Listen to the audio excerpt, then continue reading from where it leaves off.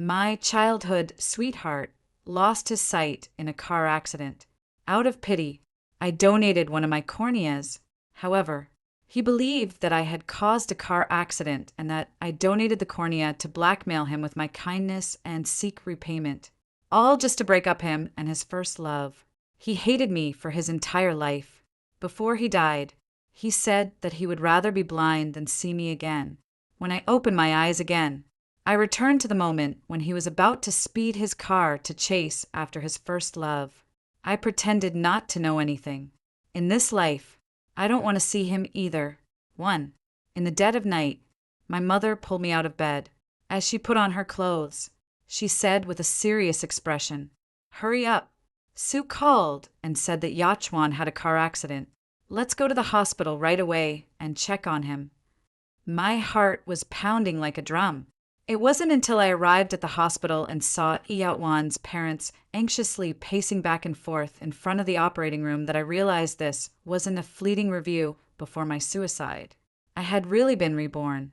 My mother was busy asking about Yatwan's condition, and several adults were as flustered as children. Instead, I became the only one who could communicate calmly with the doctor. The family members should be mentally prepared.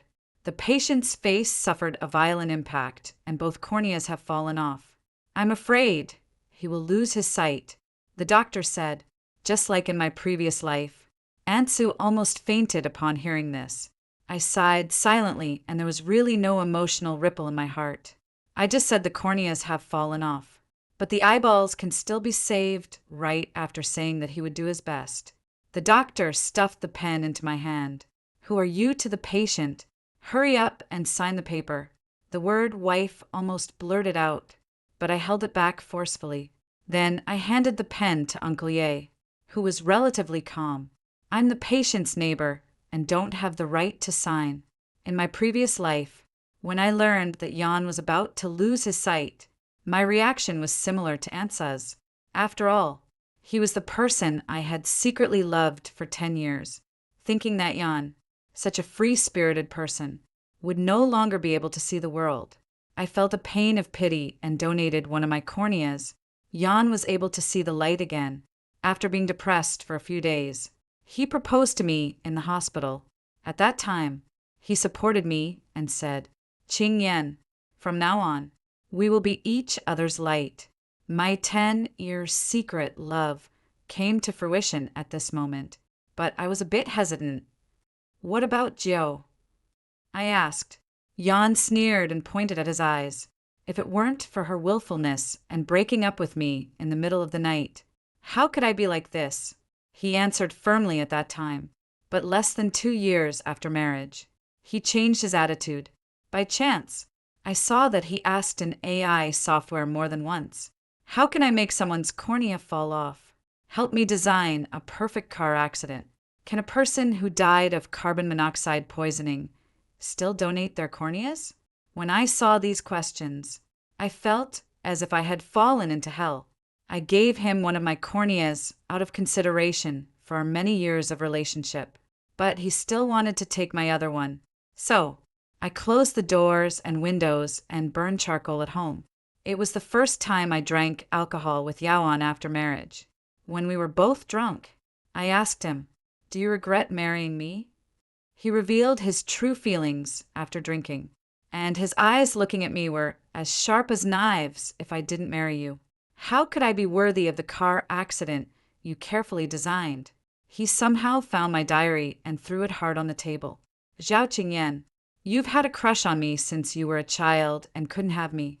So, you deliberately designed this car accident to make me blind, didn't you?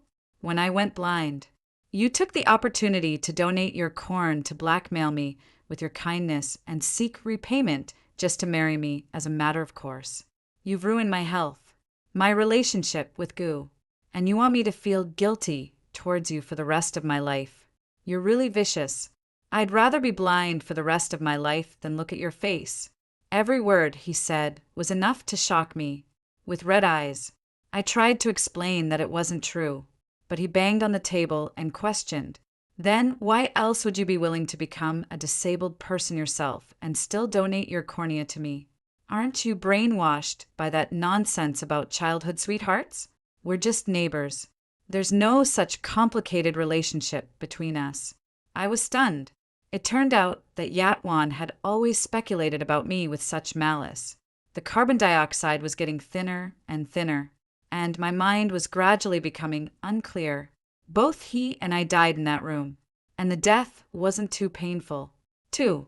This time, I watched coldly as the two families tried their best to find a cornea, and I didn't plan to get involved in any of Yada's affairs anymore. And Sue kept wiping away her tears, and my mother also had a worried look on her face.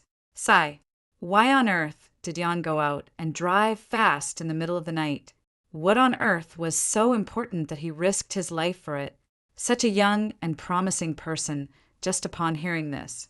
A trace of hatred flashed across Aunt Sue's face. I looked at Yachwan's phone and found out that he had secretly made a girlfriend behind our backs. Her name is Jo. That girl was throwing a tantrum and said that if Jan didn't reach the high-speed railway station within 10 minutes, she would leave the city in a hurry. Jan. I lowered my eyes and didn't say anything. No matter how I heard it, this matter had nothing to do with me. But in his previous life, Jan managed to pin the blame on me. As soon as she finished speaking, there was a crackling sound coming from the ward, and Sue and my mother didn't have time to react and quickly ran in. I followed in and took a look. Jan had knocked over the water cup on the table and fell off the hospital bed himself. He had torn off the gauze on his eyes and was now reaching out with red eyes, groping around randomly. Jan, Aunt Sue said with a crying tone out of, "Get up quickly. The floor is cold. You child, you move around as soon as you wake up. Your leg is cracked, so be careful not to touch it." Jan tightly grasped Sue's hand as if he had grabbed a life-saving straw. "Mom, what's wrong with my eyes? Why can't I see anything? Why?" Aunt Sue loved her son so much that she opened her mouth several times but couldn't say anything. She covered her mouth and cried, and her shoulders trembled as she held back the sobs, not daring to make a sound. Jan couldn't see where people were and could only look around, his eyes revealing a look of panic. In the end, my mother couldn't stand it anymore. She pulled me and helped Yaoan up together. "Qingyan, it's you. Xingyan, right? Tell me what's wrong with me quickly." I looked at Aunt Sue with a complicated expression.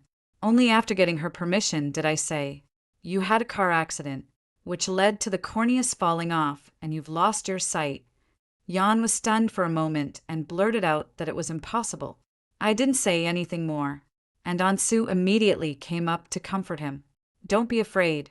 Your father and Uncle Zhao have already gone to find a cornea for you. We'll be able to regain our eyesight soon." Jan, who had been free-spirited and assertive since childhood, couldn't bear this blow. Finally, the doctor came for a round of inspection and reminded, "You must take extra care of your eyes now. Otherwise, if the situation deteriorates further, even if there is a cornea available, it can't be transplanted." I smiled, but didn't say anything. If a cornea could be easily obtained, in his previous life, Jan wouldn't have set his sights on my other cornea. But wasn't this exactly what he wanted? In this life, at least he could never see me again. 3.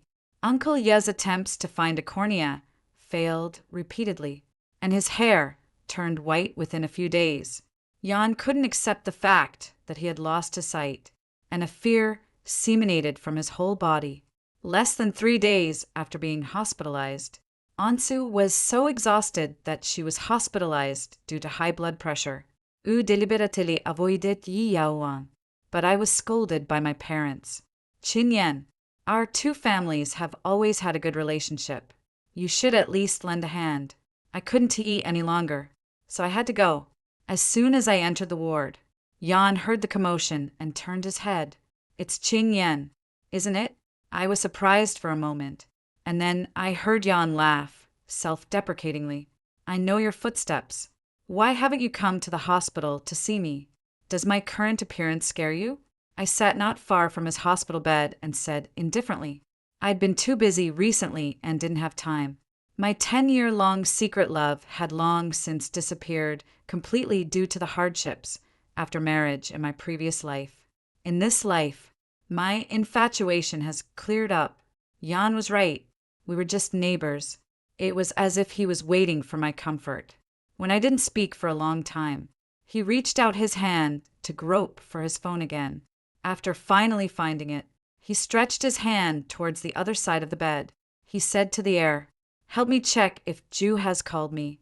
I can't even turn on my phone since I haven't been able to contact her for so many days. Ju must be really worried." I sighed helplessly. "I'm over here." Jan was stunned for a moment, and a trace of frustration flashed across his face. I took the phone and fiddled with it. There were 0 missed calls. I opened WeChat and took a look. The chat record between the two of them was still from a few days ago. I glanced at Jan, driven by curiosity. I still opened the chat box. I really wanted to know why in his previous life Jan had blamed me for his car accident. "Jan, my mom said that if you want to marry me, the betrothal gift must be a shopping mall.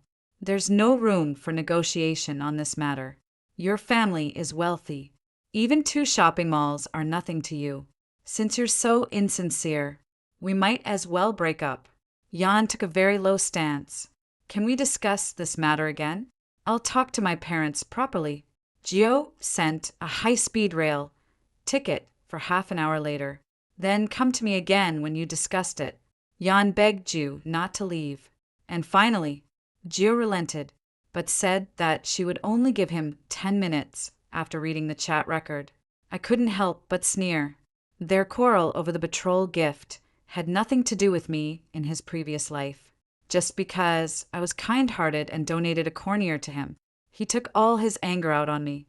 "So, any news?" Jan asked anxiously. I shook my head and put the phone on his lap. "No, it's impossible." He groped for the phone and still wanted to hand it to me. "Is my phone out of battery?" Maybe the phone was broken in the car accident and Wechathat can't receive messages. Can you go and buy me a new phone?" Looking at Iyachuan's anxious appearance, a trace of satisfaction rose in my heart. I deliberately said, as if taking revenge, "Giu hasn't contacted you, not even once." For from then on, Jan asked me to check the unread messages on his phone every day. As the days passed, Jan was clearly getting flustered. "She hasn't contacted me for so many days. Why still doesn't Gu contact me? Do you think something might have happened to her?" I looked at him expressionlessly, but Yawen suddenly said, "Help me call Ju." The moment the phone was connected, Jan's eyes lit up, and this was the first time he had smiled in several days. "Gue." The person on the other end of the phone wasn't in a good mood. "Why are you calling me? I said I would only wait for you for 10 minutes, and you didn't come. Doesn't this mean we've broken up by default? Don't bother me anymore in the future." Jan kept explaining. "I'm sorry. Gu, don't hang up the phone.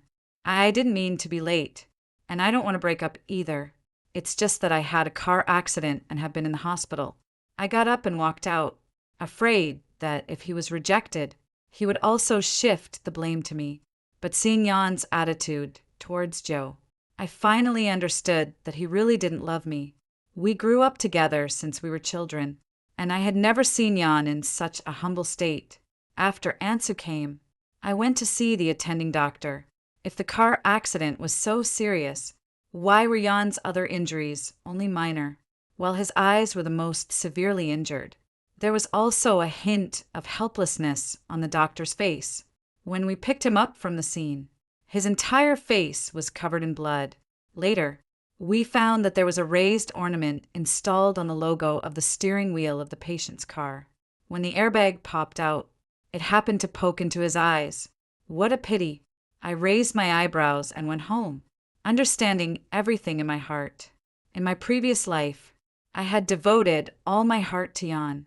Only after looking back on my life before I died did I realize that I had played a good hand of cards very poorly. This time I used 2/3 of my savings to buy gold. My mother looked at me suspiciously. Are you going to open a gold store? I smiled and shook my head. I'm keeping it for appreciation. When my father came back in the evening, he was in a bad mood and let out a long sigh during dinner. Out of the corner of his eye, he kept glancing at me from time to time. We can't find a cornea at all. That child Yawan is probably. I looked up at my father and said, we should do our best and leave the rest to fate. You've already done your best. Even if we can't find a cornea. Uncle, you won't blame you. My parents both looked at me and probed carefully. Your father is worried that you won't be able to accept it. We know that you and Jan have had a good relationship since you were children, and it became even closer when you grew up. If you insist, your mother and I won't object. After understanding the hidden meaning of their words, I put down my chopstick. Seriously, Dad, Mom, I don't like Jan anymore. It's not because he's blind. It's because he already has a girlfriend. He's not suitable for me. We're just ordinary friends and neighbors. Don't say such things again in the future. My parents were surprised for a moment and then quickly nodded. Yen, don't worry. Whatever you choose, we will support you. 5. A week later, my father originally wanted to pick Jan up from the hospital, but Aunt Sue helplessly declined. My father, thank you, but Yachuan's friend has come and said that she will take him out of the hospital. You've all gone to a lot of trouble during this time. At noon that day, we saw a girl helping Jan get out of the car. Aunt Sue and Uncle E followed behind, and their faces showed no sign of joy or anger. I heard that Aunt Sue has always disagreed with this girl coming into the family. Why has she suddenly changed her mind? My mother shook her head and said, Jan can TTC. Aunt Sue has no choice but to agree. That night, Aunt Sue's family invited us over for dinner. I made an excuse to refuse, but Aunt Sue and Uncle Y came to our house in person. If Qingyan is not available today, how about we have dinner another day? Your family has helped us a lot during this time. We don't know how to thank you. You must come to our house for a meal. Leaving Jan aside, both in my previous life and this life, Aunt Sue and her husband have always been very kind to me. I couldn't decline and had to agree. When my mother arrived, she went to the kitchen to help Aunt Sue. My father and Uncle E got together, scratching their heads and contacting people everywhere to find a cornea. Only I was sitting awkwardly in the living room with Jan and Joe. Ju took on the posture of a hostess and even poured me a cup of tea. I heard that you are the little childhood sweetheart who grew up with Jan since childhood. I smiled politely. Not really. We're just neighbors. Out of the corner of my eye. Yi Jan Frovnid. But when Ju leaned into his arms, his frown immediately relaxed. Ju smiled shyly. Jan has become more dependent on me since he lost his sight. I had no intention of competing with her, so I just smiled in agreement. In this life, I just want to keep my distance from Jan. As for whether he, who has lost his sight, is happy or not, it's none of my business. At the dinner table, Aunt Sue and Uncle E drowned their sorrows in wine. After 3 rounds of drinking, they were all a bit tipsy. I helped Aunt Sue back to the bedroom. Auntie, you have a good rest. Yachuan's condition is getting better day by day. Don't worry too much. Everyone is still trying their best to find a cornea. Aunt Sue covered her face and burst into tears. We can't even buy a cornea with money. We all know that this is just a hope. I originally disagreed with Jiu coming into the family. Qingyan, you and Yao-chan are the ones who I interrupted Aunt Sue with a smile. Auntie Yao-chan and I are friends. You'd better help them fulfill their love. Aunt Sue was stunned for a moment and then nodded, and her tears flowed even more profusely. I helped my parents back home before leaving. I looked back and saw Jiu looking up at the Ye family's house, her eyes full of greed. According to Iyachuan's personality, he must have looked for Jiu after the accident in his previous life. But Jiu rejected Yao-chan, who could see with one eye in his previous life, but changed her mind about Yan, who is completely blind in this life. Jiu's intentions are probably not pure. 6. Jan and Gio got their marriage certificate soon. Logically speaking, this should be a happy event. But Aunt Sue and Uncle Yu were frowning. Why does Aunt Sue have even more white hair than a few days ago? There was a hint of exasperation on my mother's face. She's still worried about Yao Chan. That girl is no good. Taking advantage of Yada's blindness, she made exorbitant demands. The betrothal gift alone cost more than half of the B family's property, saying it was compensation from the B family to her. Yet Yatwan said that he would marry no one but her. Your Uncle Yu was so angry that his heart disease almost flared up again. Marrying Jiu was Yuan's lifelong obsession, not to mention half of the property. Even if all of his wealth was taken away, Yan would probably be happy about it. The only ones to be pitted were Aunt Sue and Uncle Ye. In their middle age, they still had to go through this disaster. After dinner in the evening, I went back to my room. In my previous life, I lost the sight of one eye. In this life, I naturally want to take a good look at the great rivers and mountains of the motherland. When I was making a travel plan, my mother suddenly knocked on the door. Qing Yan, Yan is looking for you. I frowned after thinking about it. I had indeed been keeping my distance from him recently, so I got up and went downstairs. What's the matter? Yan looked in the direction of my voice. Do you want to go for a walk? I looked back at my parents, put on a coat, and went out. But I didn't go far, just stood under the street lamp at the door. Yan groped with his hands and didn't take a step. When he saw that I didn't come forward for a long time, he pursed his lips. Aren't you going to give me a hand? I clicked my tongue softly. A man and a woman should avoid physical contact. I need to keep my distance from a married person. Yan tentatively walked over step by step. A small stone tripped him and he stumbled. I watched expressionlessly. After all, in his previous life, he banged on the table and said that he would rather be blind than see my face. The scene was still vivid in my mind. 7. Yan stumbled over a distance that should have taken 1 minute and 10 minutes. I had lost my patience, but he took out a bag of wedding candies from his pocket. As usual, I took them out secretly for you. When I was a child, I was greedy, no matter what food there was at home. Yan would always secretly take out a portion for me first. Is this why you came to see me? I tilted my head and looked at him, thinking carefully. My initial crush on him seemed to be because of his boundless kindness. Put it away. You're married and should pay attention to propriety. I casually found an excuse to refuse. But Yachuan's eyes turned slightly red. He was also a bit emotional. I know your feelings for me. If we can't be lovers, can't we even be friends? You used to pester me every day. Now you're saying that I'm just your neighbor. I was stunned for a moment. Later, I remembered that he was referring to the time when we went to their house for dinner. I chuckled, although I didn't understand what he meant by that. I still returned the words he said in his previous life to him verbatim. Aren't you brainwashed by that nonsense about childhood sweethearts? We're just neighbors. There's no such complicated relationship between us. Yachuan's expression froze for a moment. His ears turned red in embarrassment. I touched my slightly cold arm. It's too cold. Go back early. Can you walk back?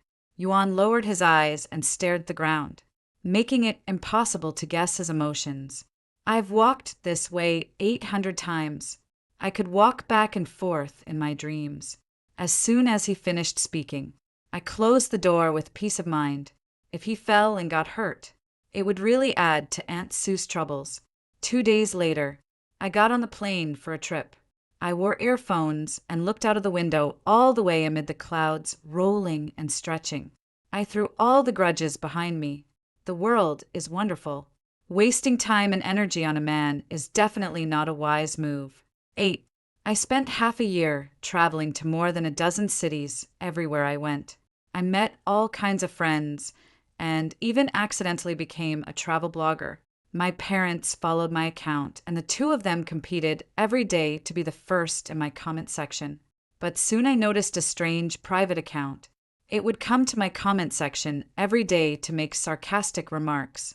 A girl should stay at home and take care of her husband and children. What does it look like to show her face outside every day? No manners. Who knows where your money comes from? I asked a friend to track down this account. When I found out that it was Guiu, I laughed. When chatting with my parents in the evening, I probed subtly. Jan and Gu have already got their marriage certificate. Why haven't they held a wedding yet? When it came to them, my mother seemed to have opened a chatterbox. Jan always wanted to hold a wedding, but Jo disagreed. She said that it was embarrassing for her to have a blind husband. Aunt Suku comes to pour out her grievances to me every day that Jo is not as kind as she was before marriage at all. She has embezzled more than half of the B family's property. 2 months after marriage, she started to act like a tyrant over Jan. Aunt Sue has seen her ask Jan to pour her foot washing water more than once. This wouldn't be a big deal originally, but Jan can't see the way. Once the old couple heard a banging sound in the middle of the night. When they came out to check, they found that Jan had rolled down from the second floor and was covered in foot washing water. Isn't this bullying? I listened intently and couldn't help but think of my previous life. 3 years after donating the cornea, my right eyeball started to atrophy. So, every time Yao-chan went to a gathering with his friends, he refused to take me out. Once I tentatively suggested going with him, and Jan refused without even thinking. Later, when he was annoyed by my pestering, he directly dragged me in front of the mirror. He blurted out, "Look at your own eyes. Isn't the atrophied eyeball scary?" At that moment, surprise, inferiority, and disbelief all flooded into my mind. Wasn't I like this to let him see the light again? But Jan didn't even give me a chance to refute and slammed the door and went out later. I overheard him talking on the phone with a friend and found out that he thought we were bound together in this life because of various ties. Just like now, Jo is certain that without her, Jan won't be wanted by anyone else, so she can treat him however she wants. It can be considered that the wheel of fortune has turned. 9. It was 3 months later when I went home again. I brought some local specialties from other places. My mother felt sorry for Aunt Sue and gave half of them to her after lunch. But unexpectedly, 10 minutes later, my mother came back with a look of anger, and Aunt Sue followed behind with red eyes. The originally well-packaged specialties were also damaged. What's going on? My mother was very angry. It's not like we married a daughter-in-law.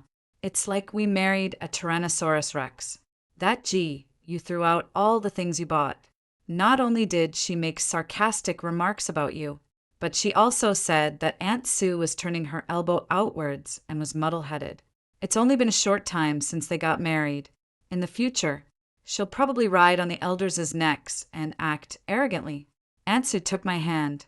She had lost a lot of weight in a few months.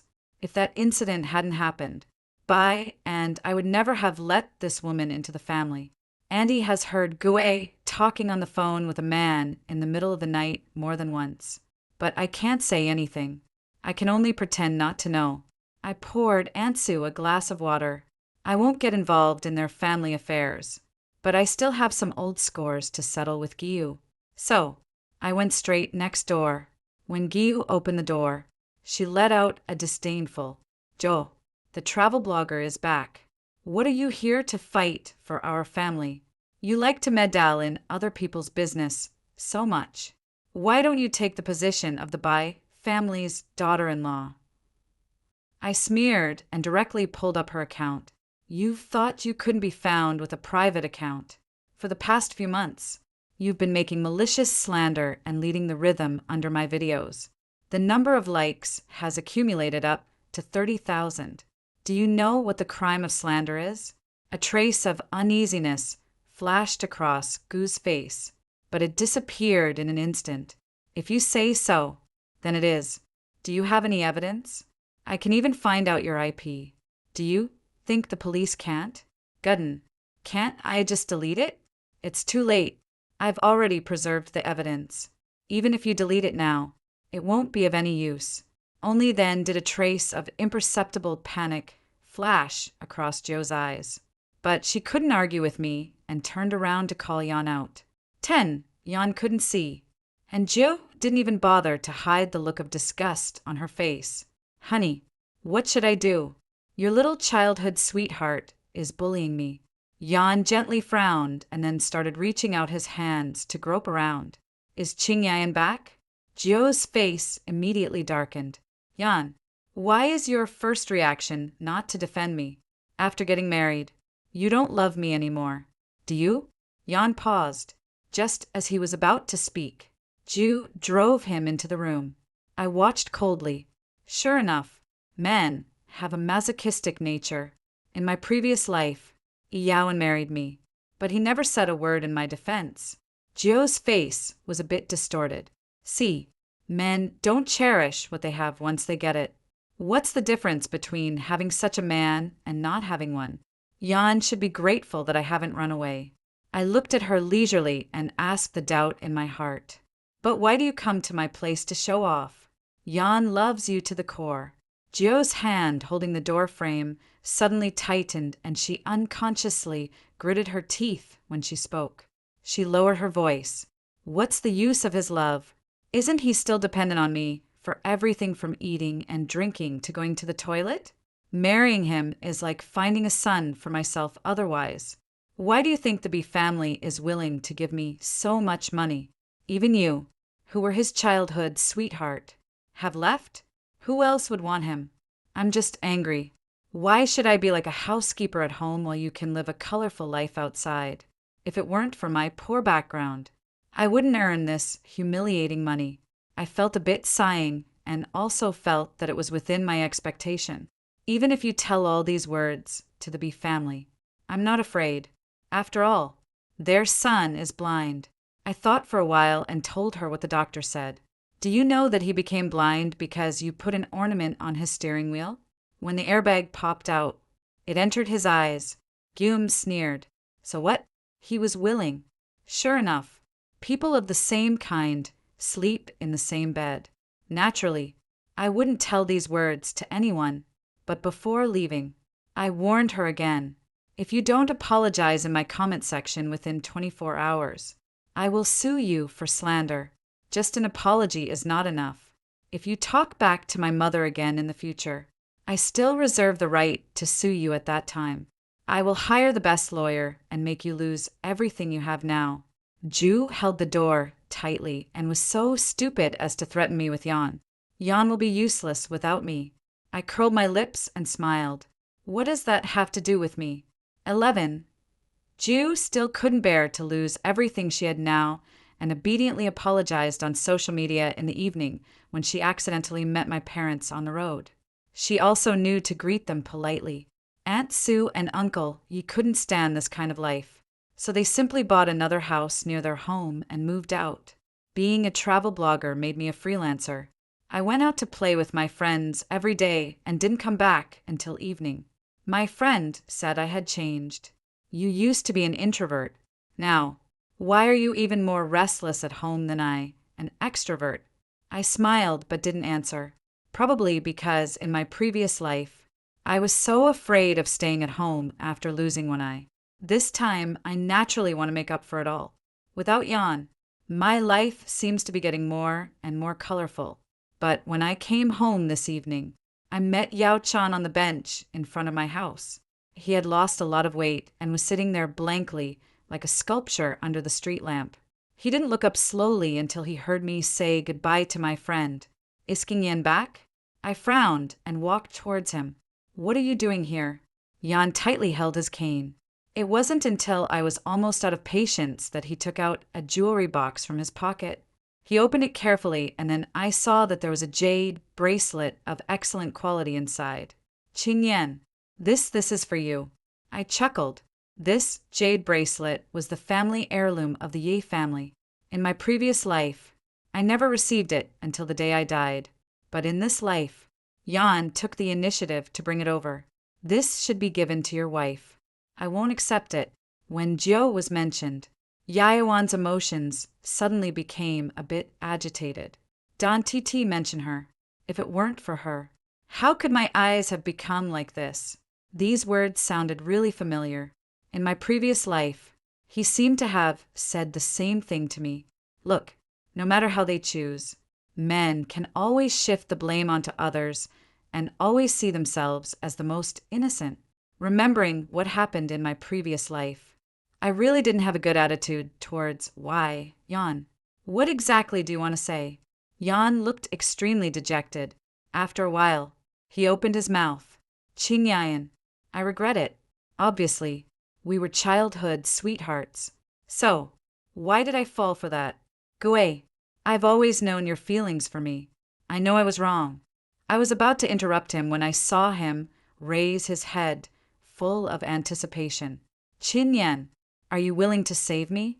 I really can't stand this world full of darkness anymore. I was shocked and couldn't help but sneer without any concealment. Are you crazy? Who do you think you are? Why should I save you?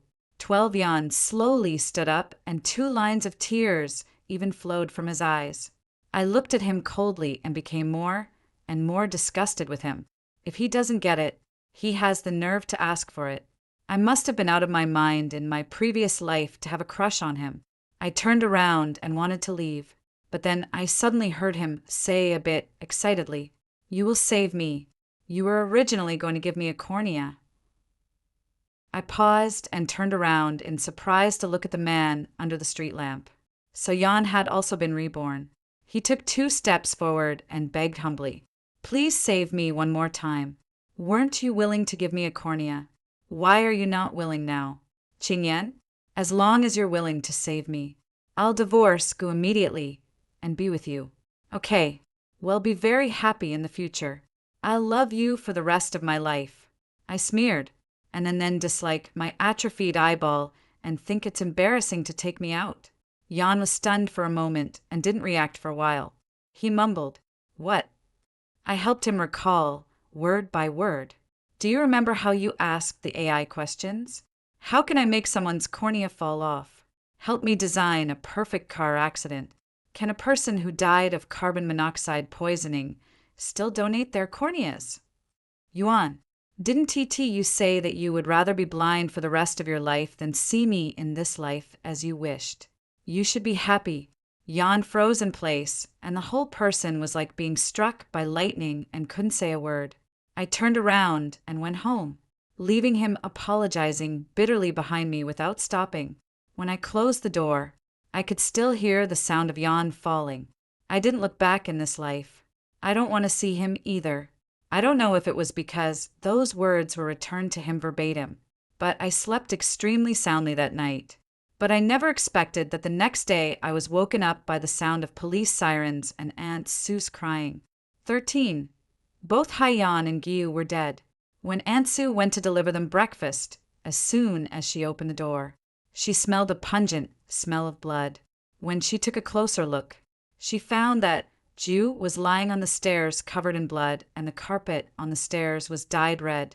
She had her throat slit. Jan was also lying on the bed, covered in blood, but he was inexplicably peaceful. When he was discovered, the corners of his mouth were even raised. However, besides the wound on his neck, there were 7 or 8 stabbing marks of different sizes on his upper body. Aunt Sue and Uncle Y were crying uncontrollably. They fainted several times before barely managing to go to the police station to make a statement. "Officer, my son was obviously murdered." The police took out 2 mobile phones with a solemn expression. They were picked up on the grass behind your house.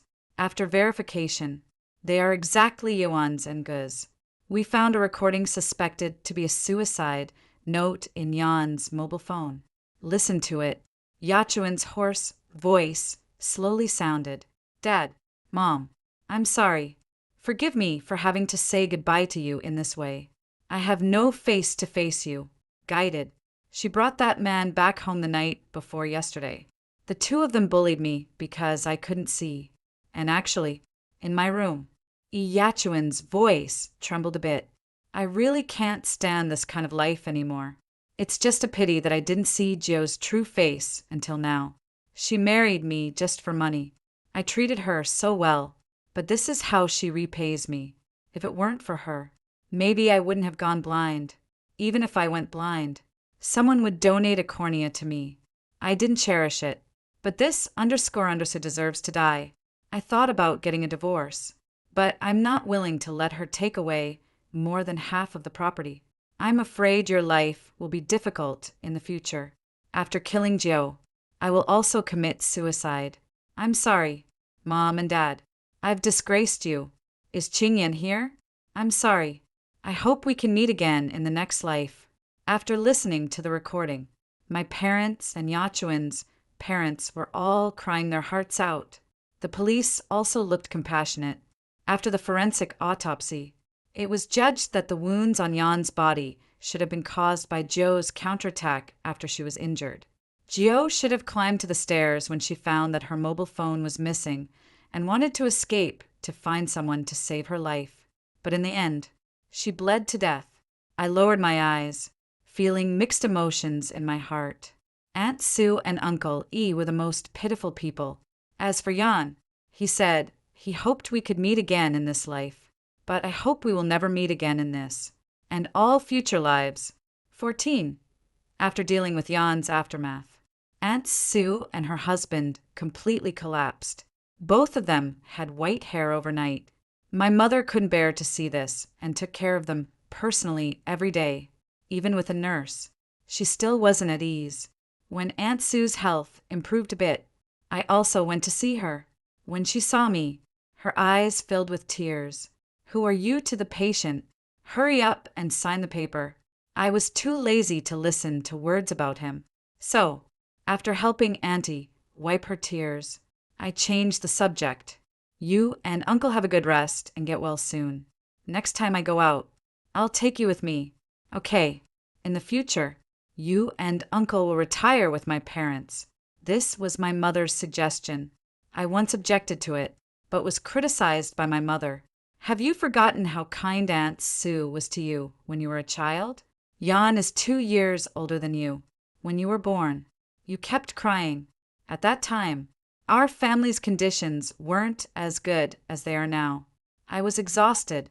It was Aunt Sue who carried you up bit by bit. They've lost their son. If this continues, I'm afraid their health won't hold up in a short time." As my mother spoke, her eyes turned red. I didn't refute anymore. After getting married in my previous life, Uncle and Auntie were still as kind to me as before. It was all Yatwan's fault. After Uncle and Auntie recuperated for a year, I took them on a plane to Yunnan. I rented a small courtyard for them, for people were just right. Instead, I carried equipment out every day to shoot materials, while the other 3 played Maung noisily. Everyone was just right. Story 2. The day I gave birth was critical. I pleaded with Jingai to sign the consent form for a cesarean section, but his mother wouldn't allow it. From behind the door, he shouted anxiously, "Chow chow! Push harder. You can definitely give birth, naturally." Later, I suffered from amniotic fluid embolism, and both the baby and I died when I opened my eyes again. I was back to being 15 years old. Jingai stopped me at the entrance of the village. "Cha chow, I heard you're going to vocational school." 2:01 For a brief moment after I pass away, my soul hovered in midair. I heard my mother-in-law sitting on the ground, wailing that the doctors had killed her precious grandson. She had always thought the baby in my belly was a girl. I saw Jingui holding my body, crying uncontrollably, his tears and snot smeared all over my face, seeing my mother rushing over and crying her heart out. She later joined my mother-in-law in confronting the doctor, demanding 1,000,000 yuan in compensation. 1,000,000 yuan. So, my life was worth that much. A voice echoed in my ears. "You should be reincarnated now." But I really couldn't accept it. Why did my life have to end like this? "Do you want to live again?" Yes. My consciousness plunged into darkness. When I opened my eyes again, I was back to being 15. The village loudspeaker announced, "Although SARS has not affected our city yet, but Jiangguai, wearing bell-bottoms, stopped me at the village entrance." "Chow chow, I heard you're also going to vocational school." His young, naive face startled me. I turned and ran towards home. After a few steps, I turned back and slapped him. "To hell with your mama's boy." He was stunned by the slap. It took him a moment to chase after me and shout, "San Chow Chow, why did you hit me? What does mama's boy mean?" I ran towards the direction of the setting sun. All the way home, the courtyard was lively. A city-dwelling aunt who had graduated from vocational school early and got a job at a state-owned enterprise had returned. She had married a colleague and was allocated a house, thus becoming a city resident.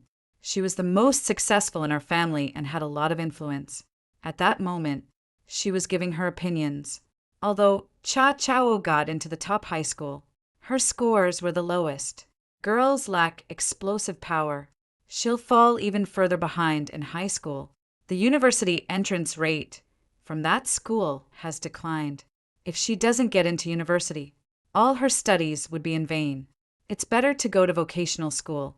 She could start working in 2 years and help with her brother's tuition fees, making things easier for you both. At that time, my parents believed her. Seeing her about to continue, I interrupted loudly, "Dad, Mom, I want to go to high school." My aunt kept talking, but I responded directly, "Aunt, don't worry. We won't ask you for money. Not that you would lend it anyway." She left in a huff. As night fell, the courtyard darkened. Dad scolded me. "Show some respect. How do you speak to your elders?" I repeated, "Dad, Mom, I want to go to high school." I knew this was a time full of opportunities, but seizing those opportunities also required a stepping stone. A university degree was that stepping stone. Mom turned on the light in the main room. The 5W bulb was only slightly brighter than a kerosene lamp. Dad smoked his water pipe vigorously, and Mom sighed deeply. "Chow chow, high school costs $1,800 per semester. And your dad and I don't have the money. The rice isn't selling well now. And 2 of our pigs have died. Your dad and I aren't capable enough, and your brother also needs money for school." In my past life, it was the same story, back when I was young and naive, with a tender heart and little worldly experience. I ended up compromising and enrolled in a vocational school. It was there I discovered many of my classmates only scored half of what I had on the middle school exams. Later, when my younger brother was to take the same exams, my parents scraped together money from everywhere, paying a sponsorship fee of 5,000 yuan to send him to a top school. At that moment, my world collapsed. Life seemed to follow a pattern. One wrong step led to another. I insisted, "I must attend high school, and I'll find a way to manage the tuition myself." My father, after exhaling his last puff of smoke, said, "If you can get the money yourself, then go ahead." School was starting in just over a month. Even if I worked day and night in the county, there was no way I could earn the 1,800 yuan needed. I spent nights tossing and turning in bed, trying to think of a solution. Finally, I thought of someone. At the break of dawn the next day, I left for the first bus to the county. Everyone woke early during the hot summer days. I ran into Aunt Jang, who had been my mother-in-law in a past life. She greeted me with a big smile, offering chaos. "Heading out so early. Haven't had breakfast, right? I boiled some eggs. Take 2. I felt a chill go through me, mixed with anger and fear. Before my marriage to Jiang Shuai, she treated me wonderfully. Only after did I realize her duplicity, especially as years passed and I hadn't had a child. Her demeanor grew harsher. When I finally got pregnant and an ultrasound revealed a daughter, she sold the chickens that had been raised for my postpartum care. I stepped back and said, "I've already eaten. You're going to vocational school. 2. You could go to the same school as my Jiangguai." "No, I'm aiming for high school." I turned away and walked off, hearing her shout behind me, "Where are your parents going to find the money for that? What's the use of a girl getting so much education? Better to start working and earning money sooner." at the bus station under the scorching sun. I went door to door looking for work and came across the food restaurant. The year I got married, there was news in the village about Uncle Da from our clan who had funded a few students, one of whom got into Tsinghua University. That student later sought out Uncle D to give him 300 yuan as gratitude. The television even interviewed him. The village wives gossiped. With that money, why not help someone local instead of outsiders? No wonder he never had a son. It was just past 10, and the small restaurant had few customers licking my cracked lips.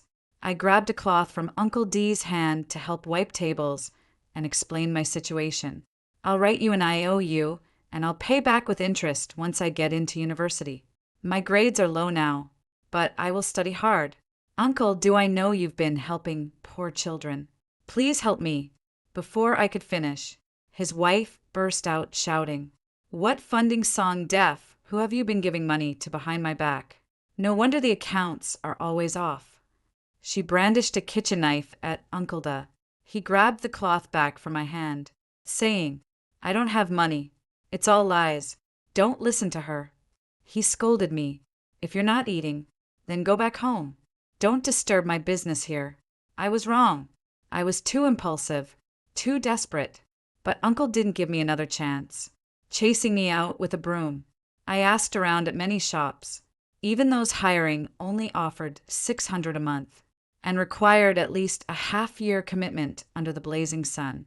I felt like I was being baked alive.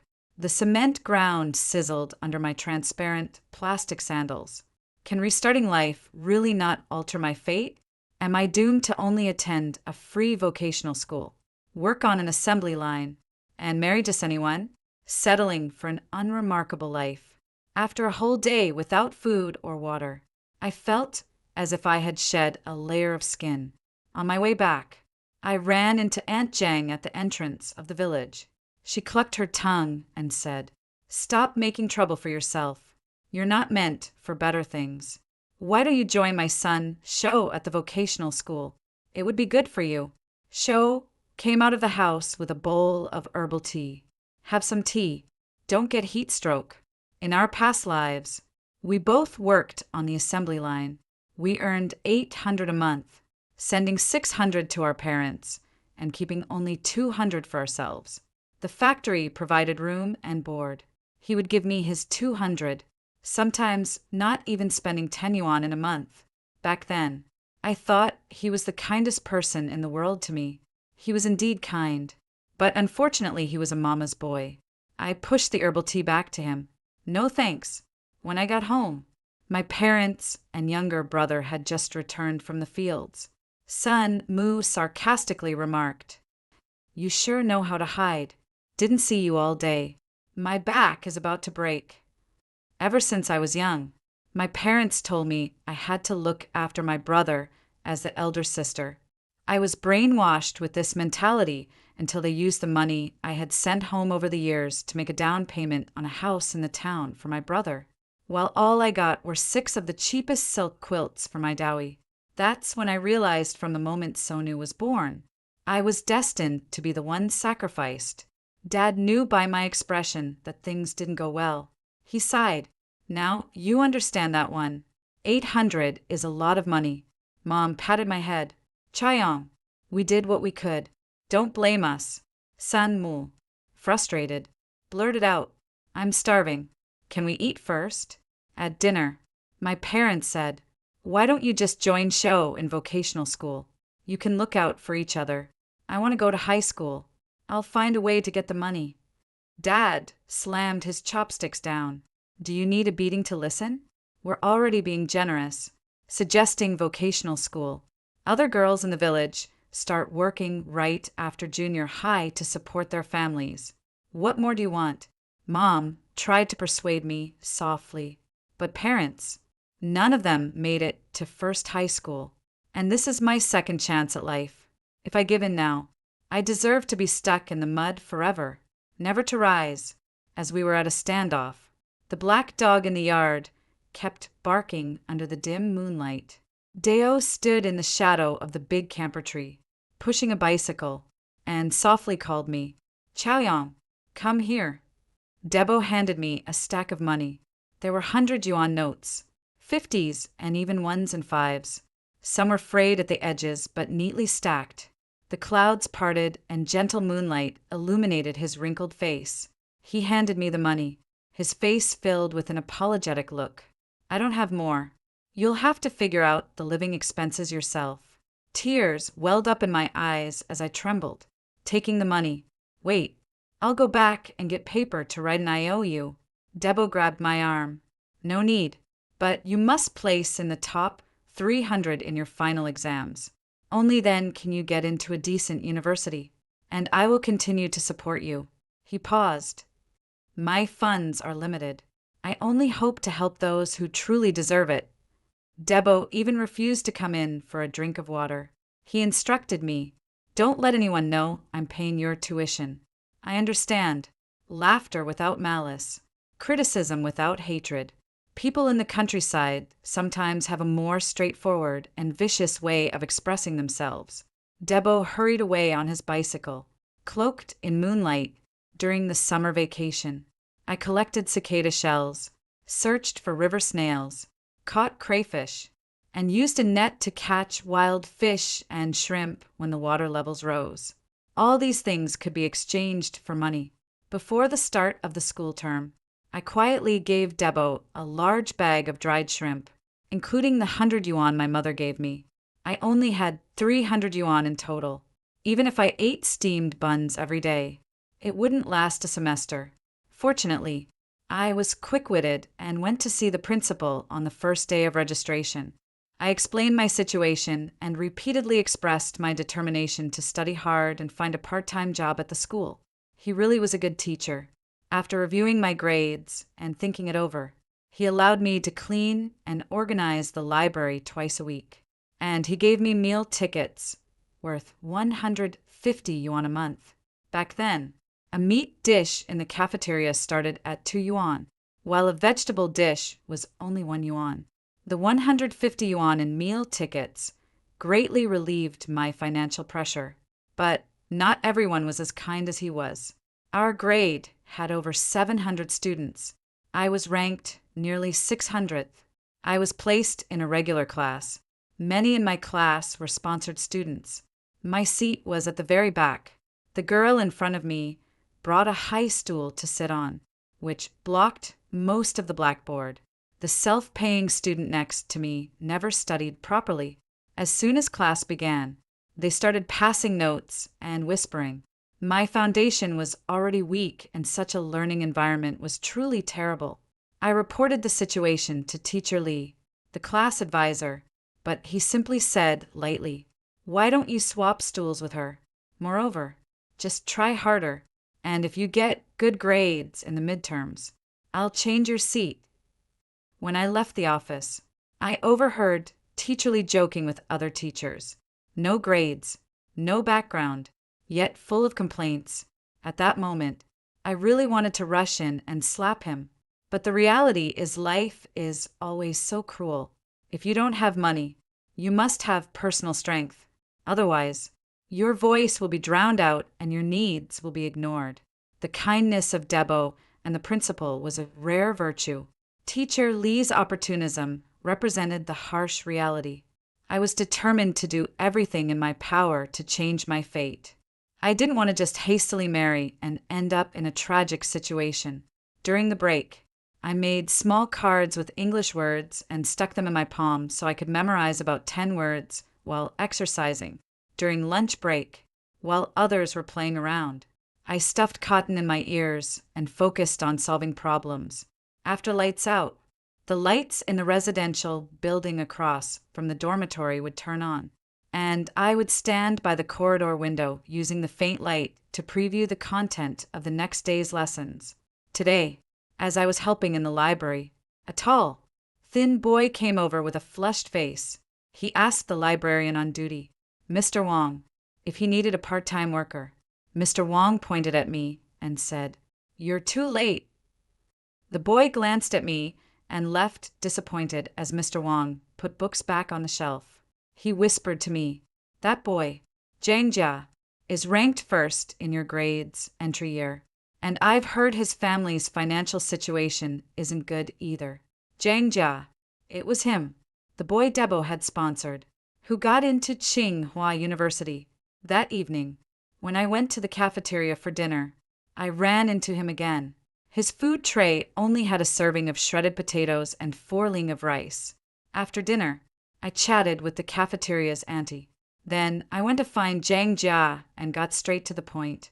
I just asked the cafeteria owner, and she's hiring part-timers. You can help out for half an hour at lunch and dinner. Get meals covered and earn 100 yuan a month. Do you want to give it a try? Zhang Jia's gaunt hands clenched into fists. His face flushed red. Do I have to stand in front to serve the food? After all, he's just a 15 or 16-year-old kid, too proud to let his guard down. I sighed softly. Well, then, how about this? I'll talk to Teacher Wang at the library and see if I can get you transferred there. He froze. I had walked a good distance when he caught up to me and asked, "Why are you helping me?" "Because I've taken advantage of you." It must be because Mr. Deborah had divided the funding originally intended for him, giving half to me that he was in such a difficult situation. Maybe because we're both poor. He swallowed hard, asking softly, "Aren't you afraid of being talked about by the other students?" I looked up at him. The setting sun danced on his black hair, his youthful face colored with embarrassment and confusion. I said slowly, "What's truly frightening isn't poverty, but the inferiority and cowardice that grow from it, the sensitivity and shallowness. Because of poverty, we hesitate and fear failure, not daring to strive hard, and ultimately miss opportunities. Why fear other strange looks when you can earn money through your own labor? If you were the son of the cafeteria owner and you stood there helping serve food to your classmates, would you be afraid of their gossip?" Zhang Jia's pupils quivered, the veins on the back of his hands slightly raised. He whispered, "Before junior high, my family was well off. I laughed. He stared wide-eyed. "What are you laughing at?" "Laughing that even the top students aren't perfect." I reached out my hand to him. "Nice to meet you, the ordinary top student. My name is Sancha Chao." His damp palm met mine. "I am Zhang Jie." He made up his mind. "You stay in the library. I'll go ask the cafeteria owner myself later." The next day, I saw him in the cafeteria. His face was as red as a shrimp, and he dared not make eye contact with anyone. His movements in serving food clumsy and frantic. When it was my turn, I said loudly, "Classmate, I'll have a serving of celery with pork and make it a bit meaty." He suddenly looked up at me, a fleeting smile in his eyes. Then he served me a heaping spoonful of food. "You see, there's someone in the cafeteria. Quite refreshing." Of course, I had other reasons for helping him. The academic atmosphere and performance in the parallel class were far inferior to those in the key class. Even the teachers weren't as dedicated. I needed someone to guide me, and others didn't have the patience. But Zhang Jia did. Whenever I asked him about a problem, he'd help me solve it over and over until I understood. My midterm grades were disappointing, ranking over 400 in the grade. Zhang Jia comforted me. "You have a weak foundation. What's most important now is to solidify it. You mustn't get discouraged and give up." Of course, I won't. I've endured hardships far tougher than this. A setback like this won't bother me. Gradually, rumors started in the grade. They said I liked Shangjia, that I was annoyingly clingy under the guise of studying. Whenever I walked with Jinjia, there would always be someone whistling. One day at noon, I was called to the office, and the homeroom teacher of Class 1, Teacher Lu, was also there. Teacher Li's expression was grim as he began his reprimand. "You're already performing poorly, and now you're bothering a top student from Class 1. You're a student, and your priority should be your studies, not all this nonsense. And look in the mirror. Do you really think Shang Jia would be interested in you?" Teacher Lu frowned slightly and interrupted. Lee, don't scold the child like that. Song, I'm not here today to reprimand you, but just to remind you that your studies should be your top priority. I patiently explained. I was just asking him for help with a question. I didn't have any ulterior motives. Mr. Lee slammed the desk, still arguing back. If you have difficulties, why don't you ask your teachers? I confronted him. But every time I ask you, you dismiss me in a few words. You don't really intend to teach me properly. Mr. Lee became furious and raised his hand to hit me. Back then, corporal punishment wasn't considered a big deal. Fortunately, Teacher Lou held him back. That afternoon, my seat was moved to the last row near the door. I was completely obscured by two tall athletes in front of me, each about 185 centimeters tall. It felt like people were secretly mocking me, likening me to a toad dreaming of eating swan meat. After evening self-study, Zhang Jia came to find me, having known each other for nearly 2 months. This was the first time he approached me proactively. Song Cha Chao, consider transferring to Class 1. Huh. His eyes were intense. Iva checked. And there's an opportunity every semester. If you join Class 1, no one will stand in our way again. Ah, his face flushed as he hurriedly explained. I mean, stand in the way of our studies. To motivate students, the school would shift the top 6 students from the parallel classes to replace the bottom 6 of the key classes at the end of each semester. I hesitated. Can I really do it? Not this semester. Then next semester, under the dim corridor lights. Jean Jay's eyes shone like stars. Just persevere, and you definitely can. Son, Cha Chao, I'll wait for you in Class 1. This endofter term exam was crucial for me. I needed to rank at least in the top 300 to continue receiving funding from the board. But I actually wanted to get into the key class even more to secure a better learning environment and atmosphere. In the following days, apart from sleeping, eating, and working part-time, I studied like mad. As winter deepened, the weather grew colder. I couldn't afford a down jacket, and at night, I studied in the corridor, wrapping all my clothes around me and moving continuously to fend off the cold. The dorm leader quietly opened the door and draped a down jacket over my shoulders. Don't catch a cold. The light bulb on the balcony of the house across had been replaced with one of much higher wattage. The curtains were tightly drawn, and the balcony light often stayed on all night. Teacher Wang would snatch the rag from my hand. Study in my office. The library isn't busy this half-month. It turns out, if you work hard enough, the world will show its kindness to you.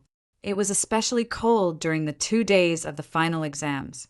The school mercifully turned on the heating, which had always been just for show before. I was sweating profusely under too many layers, with the doors and windows of the classroom closed.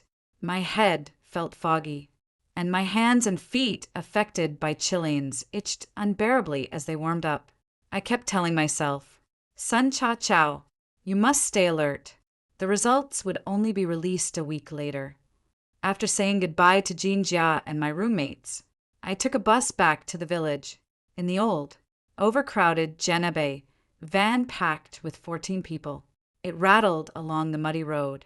A middle-aged man smoked inside while a baby cried in a woman's arms who fed the child by lifting her shirt. In 2003, while large cities bustled with traffic, this small, remote county remained mired in mud, stagnant like a still pond, feeling car sick. I practically fled the vehicle as soon as we reached the village entrance and was immediately greeted by Aunt Jean. "Why do you look so pale?" someone asked. It seems like she didn't do well on her exams. I've heard that barely anyone from the regular classes at that school gets into a good university, added another village woman. Some of the other women in the village also said similar things, criticizing my parents for not nurturing their capable son and instead sending their daughter to high school. Isn't that just preparing a diary for someone else's family?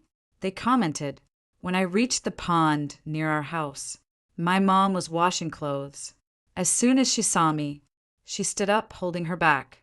Hurry! My back hurts. Help me wash these clothes. I had planned to use the winter break to study hard and catch up, but there was always endless chores to do at home. Washing clothes, cooking, feeding the chickens and pigs, and tending to the fields.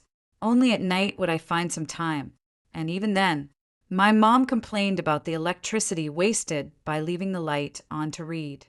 Meanwhile, Song Mumming would ride his bike around the village every day, not having to lift a finger. Whenever I complained, my mom would defend him. He's a boy. He can't be bothered with these trivial tasks. Momming would roll his eyes at me. These are women's tasks. One day, while I was chopping radishes in the kitchen, Song Mumming came and eating a slice for every slice I cut and even complained about the late dinner. I couldn't contain my anger. I grabbed his hand and pressed it hard against the chopping board, fiercely warning Song Mumming, I'm not the same accommodating sister I used to be. If you keep this up, I might just chop off your hand, too, believe it or not. At that moment, I unleashed the devil within, showing my menacing, sharp fangs. Yes, I resented him. I despised his endless demands, his uselessness, and the fact that he stole all of our parents' affection. After that day, Song Mumming became much more cooperative and even started helping me out. You see, love and tolerance don't earn respect. Only when you stand firm do others begin to value and fear you. On the day the report cards were given out, I was heading back to school. My mom disapproved. Why waste the fare? Do you think you can achieve anything spectacular? Aunt Jean, laughing while she beat the clothes, mocked. Is Cha-Cha expecting to come back with the top rank in the whole school? Jiang Shui ran out of the house. There's a play being staged in Wang's village today. Let's go watch it instead. What's so great about a report card? After graduating from a vocational high school and working on an assembly line, I realized the importance of knowledge. I took adult education exams from associate degree to bachelor's. Meanwhile, Jiang Shu was always on his phone playing games, often belittling me. Such degrees aren't recognized outside. Don't know what you're busy with. Is studying as fun as gaming? I smiled at him. Enjoy the play. Zhangguai, I no longer wish to walk the same path as you. I missed the earliest bus and only reached the school by 9:30 a.m. at the school gate. Some fleeing students were leading from private cars. Mu Jun whistled at me as I rushed, shouting, Son, Cha-Chow, no matter how fast you run, it won't add points to your finals. The others laughed loudly. There were 3 honor rolls in the first year: the overall performance list, the key class list, and the regular class list. I pushed my way through to the regular class list in the chilly wind and overcast sky. My heart was pounding with anticipation. Searing hot. Was my name in the top 6? 07, first place. Not me. Second place. Also not me. Third. Not me. Fourth. Not me. Fifth. Not me. My heart grew colder as I took a deep breath. I only glanced at the 6th name. Song Chao Cao. I rubbed my eyes hard. At that moment, the sun peeked through the thick clouds, casting a vast radiance upon the world. The name Sun Chao Chao, glowing like a halo, pierced into my eyes. In just a moment, my eyes were already brimming with tears. Jin Jia had squeezed his way to my side at some point, patting me on the back. Seka Chao, you are truly incredible. I turned to look at him, tears rolling down fiercely. He panicked. Why? Why are you crying? Frantically, patting himself down. He couldn't find a single tissue.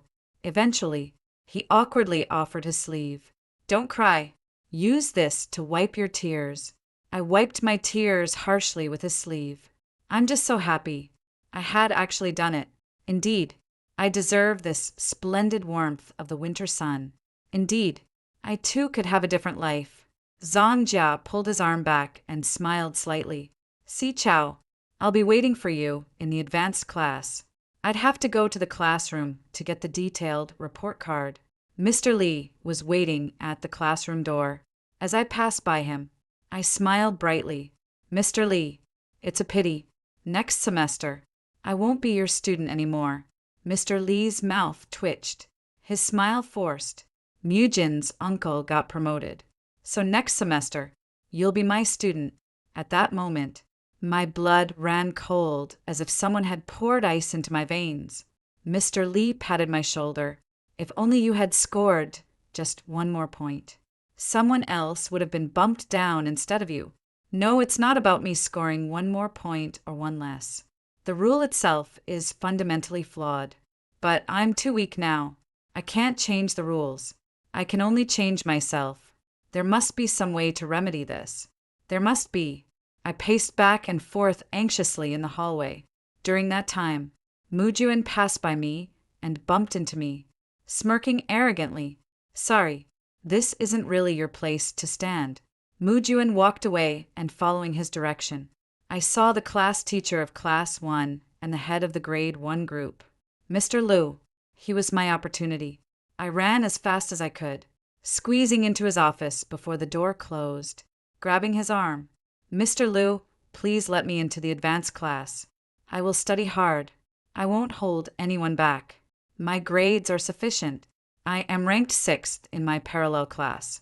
I know this is difficult, but I'm begging you, please give me a chance.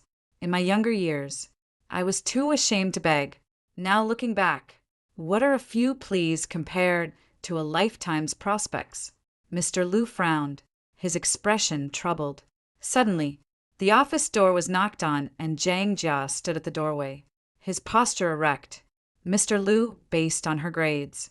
Sun Cha should already. Mr. Liu's frown deepened. I quickly interrupted him. Jin Jia, shut up. Then I turned to Mr. Liu. Sir, I have no inappropriate thoughts towards Jin Jia.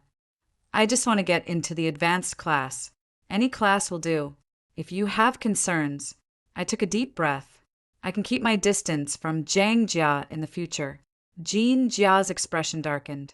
Mr. Liu looked at me deeply. I don't oppose students interacting normally for learning purposes. Go home and wait for news this matter. I will do my best to fight for you. I went downstairs with Jin Jia. His lips were tightly pursed, and he remained silent. Once we reached downstairs, he strode forward quickly. I called out to him. I'm sorry. Jin Jia, people like us, stuck in the mud, must have the determination to abandon everything and desperately climb upwards. Only then can we succeed. I raised my hand and stretched my fingers towards the sunlight in a grasping motion. I need a substantial stepping stone to knock on doors. Do you understand? He stopped and turned to look at me against the light. His expression was indistinct. I understand now. He took a few steps forward, and I could see the gentleness in his eyes. I understand you, but I'd rather we be comrades, advancing and retreating together, walking out of difficulties side by side.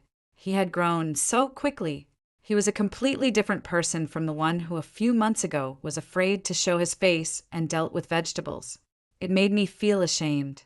When I returned to the village and Zhang was in the yard preparing the chicken for tomorrow's meal, the chicken was upside down, its bright red blood dripping into a cracked porcelain bowl. She asked me with ill intent, Chow, how did the exams go? Not bad. Ranked a bit over a 100 red in my grade. Her face froze, and she forcefully swallowed the mockery that had almost escaped her lips. The next day was the celebration of the Little New Year. My aunt from the city had come back. The whole family gathered for a meal. She had strongly opposed me attending high school, and now in front of everyone she dissed me.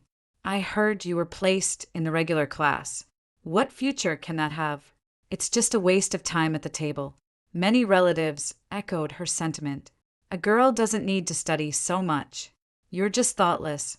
Look how tired your parents are. Marrying a good man is what's most important. I calmly said, this term, I ranked 6th in the regular class, 135th in the grade.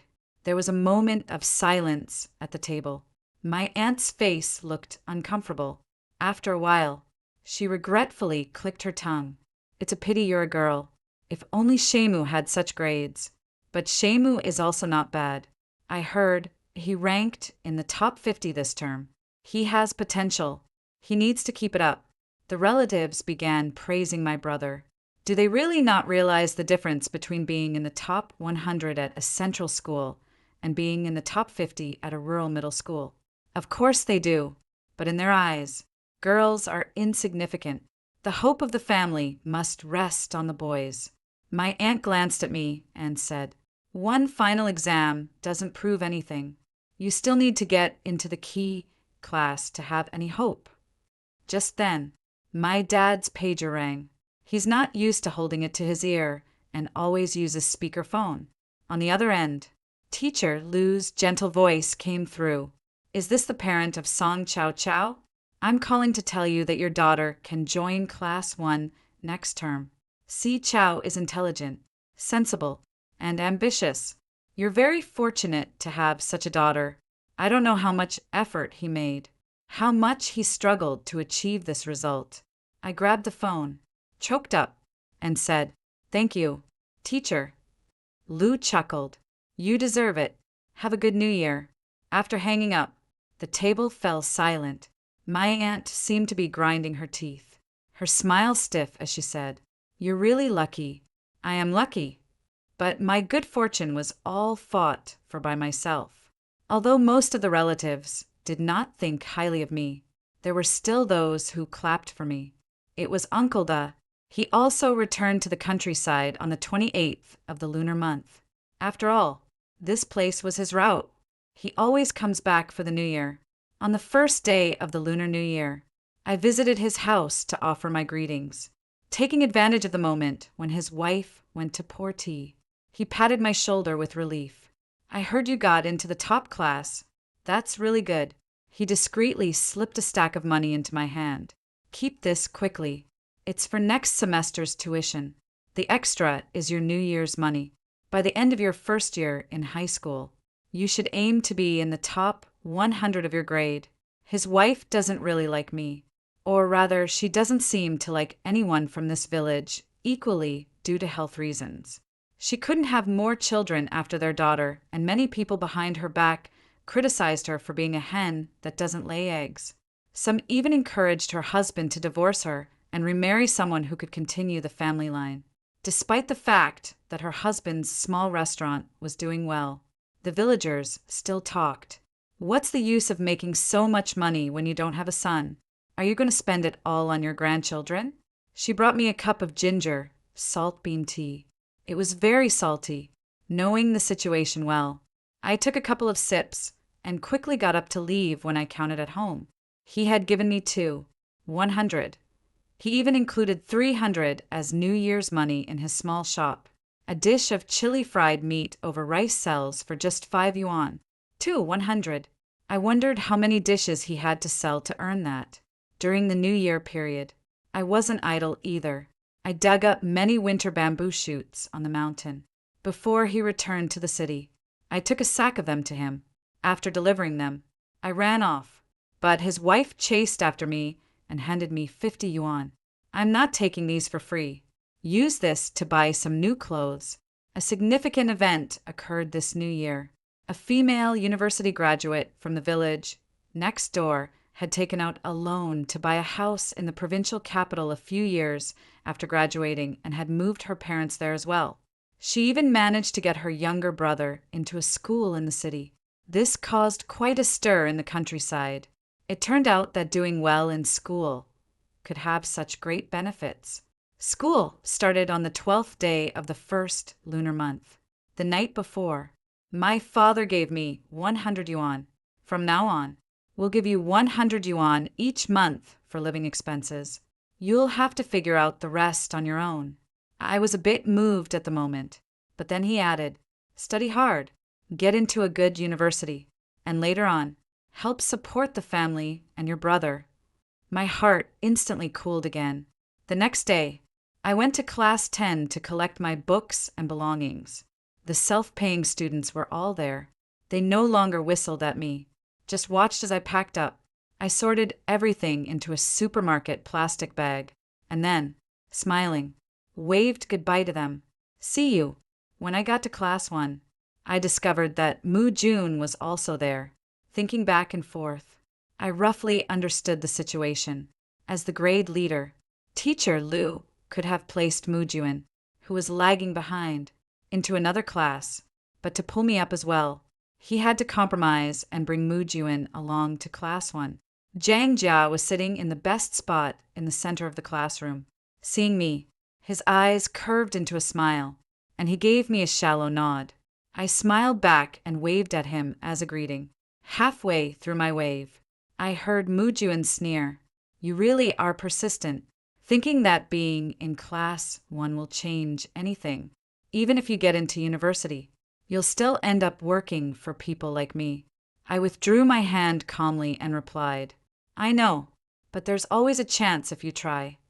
Mu Jun, class will always exist, but you won't necessarily always be on top. Jin Jia can memorize most of the content after reading it just 2 or 3 times, but I need to go over it 10 times. He can solve a problem in a few minutes, whereas I barely understand it, even after he explains it to me 3 times. Studying is like climbing a mountain. It's not hard to climb from the foot of the mountain to halfway up, but climbing from halfway to the top. Each step widens the gap between climbers.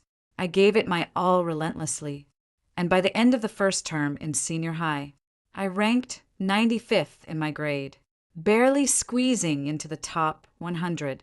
That was already quite an achievement based on previous year's admission rates. If I could maintain my performance, getting into a top university wouldn't be a problem. Zhang Jia and I became desk mates.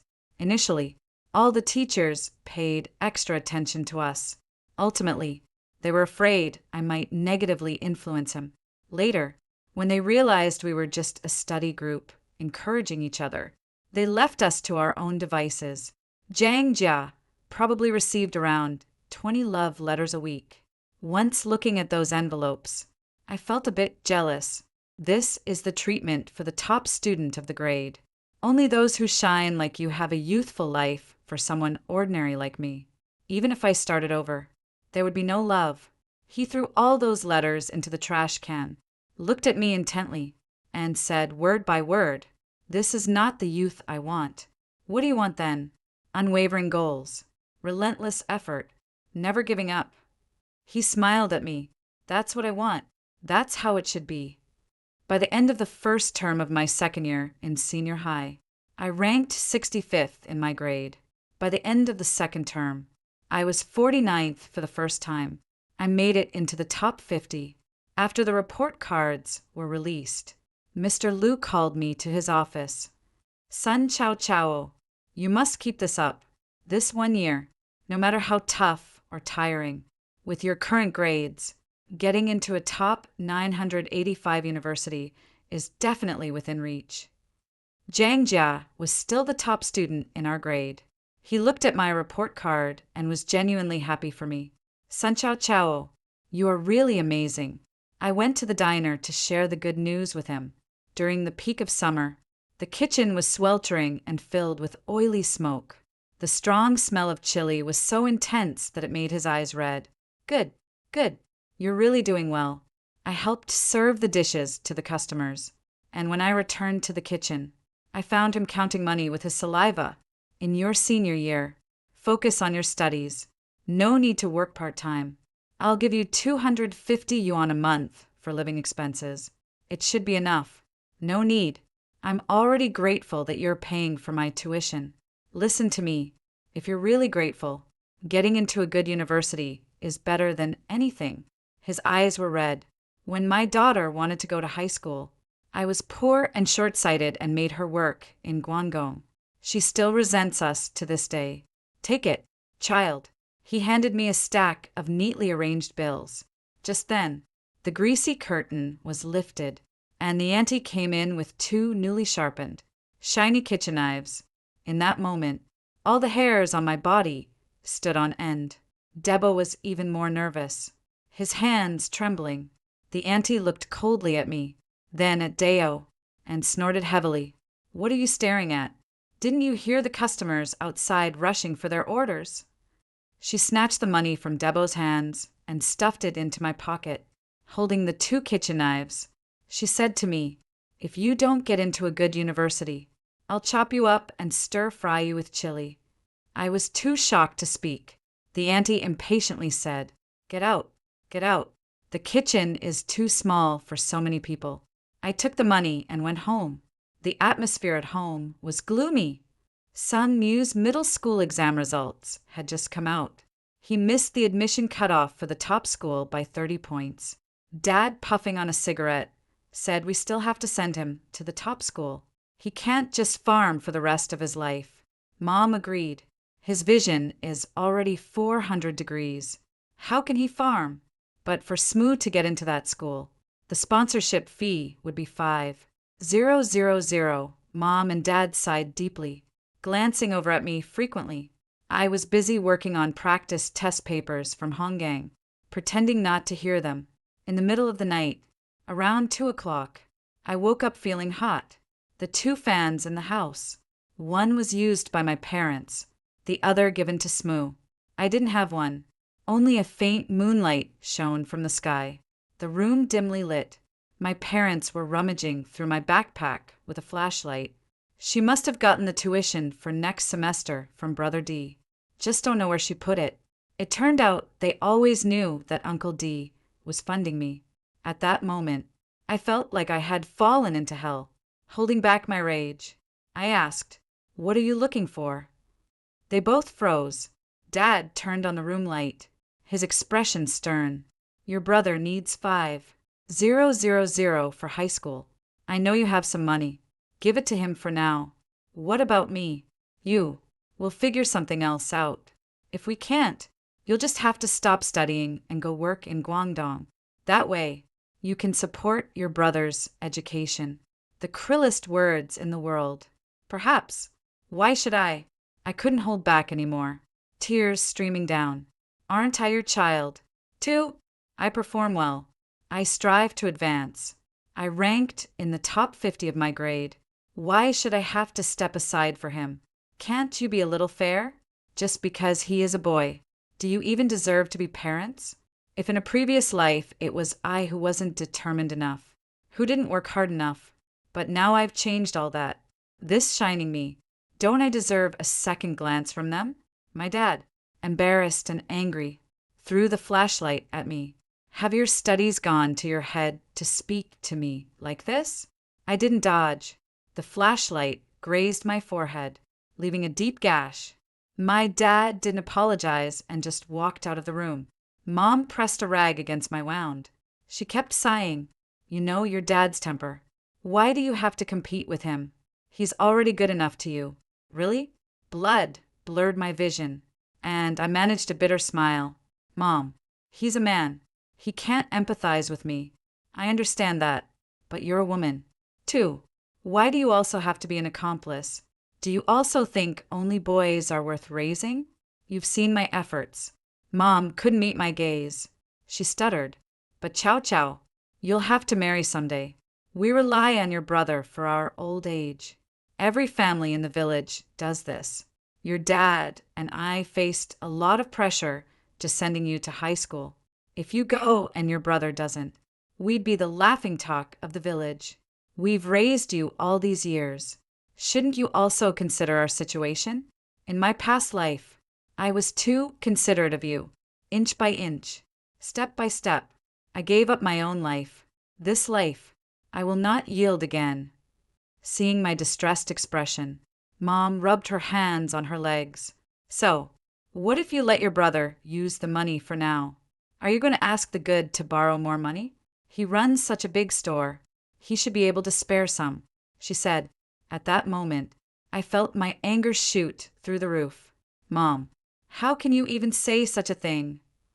I replied, "Even if Dao has 100 million, it's his hard-earned money. Kind people should be appreciated, not exploited.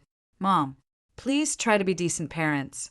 The next morning, I packed my bags and left the house with my backpack on. My dad stood at the door with a carrying pole. "Where are you going back to school?" I answered. He raised the pole. "Your brother needs to study. How can you be so careless and selfish, only thinking about yourself? I could kill you with this pole." I walked towards him, staring him down. "Then go ahead and kill me, since you won't let me continue my education. It's as good as killing me anyway. If you really want to stop me today, then we are through. When you both die, I won't even come to cry at your graves." My dad, furious, his face turning red and veins bulging, raised the pole high. I didn't care and kept walking. The situation was out of control when suddenly Sung Moo came out of the house. He grabbed my dad's arm. "Let her go. She's meant to study." "I'm not." I gave him a surprised look. He glared at me fiercely. "What are you staring at? Just go." In my past life, during Song Mu's middle school exams, I had just started working on an assembly line. Back then, my parents called me, begging me to think of something. Smoo, commanding over the phone, said, "You're working now. You should at least prepare to 000 yuan for me." Later, I advanced some of my salary and borrowed money to send 000 yuan back home. I hadn't been able to attend high school myself, hoping he would turn out well, but he only managed to get into a diploma course. Now I realize in my previous life, brainwashed by my parents, I indulged Sungmu too much. Everything at home revolved around him, so he took it all for granted and never appreciated it. But after being reborn, carrying resentment, I never showed him a pleasant face. I talked to him harshly and never pampered him. Perhaps because of this, I managed to preserve some of his kindness. On the road, I met several elders. They all told me to understand the difficulties of my parents and to be sensible and share the burden. They criticized me for being bad-tempered and rude. And Jang even said that the most important thing for a girl is to get married and have children and question the need for so much education. "Now is the time to hurry up and have a son," she said. This backward, closed-off village was suffocating. I had to escape. I would not end up trapped here for life like in my previous life. Thankfully, teacher Luke communicated with the dormitory supervisor who allowed me to move in. I didn't have to do any farm work and could focus entirely on my studies. It felt incredibly good because of the extra classes. The summer break was short and soon everyone returned to school. I hadn't called home for over a month. Soon the lower grades started school too. One day during the break, Sonu actually came to see me. He ended up attending the same school. He carried a big bag. "Mom asked me to give this to you." He handed me a stack of 10 yuan notes. Dad said, "My monthly allowance is 300, but he gave me 400, so the extra 100 must be for you." The bag contained pickled long beans and white beans and stir-fried minced meat with white hot peppers. I don't like ginger. There isn't a single shred of ginger in these jarred vegetables. My heart is a mix of many emotions. Look, this is what parents are like.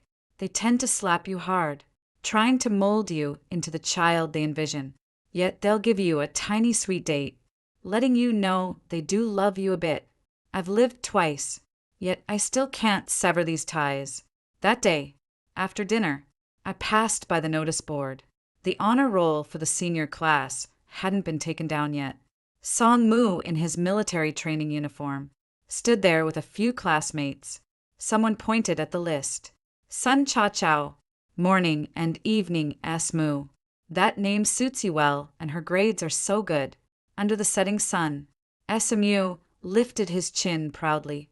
That's my sister. After the evening self-study, I went to find Smoo. I gave him all the notes I had made in my freshman year.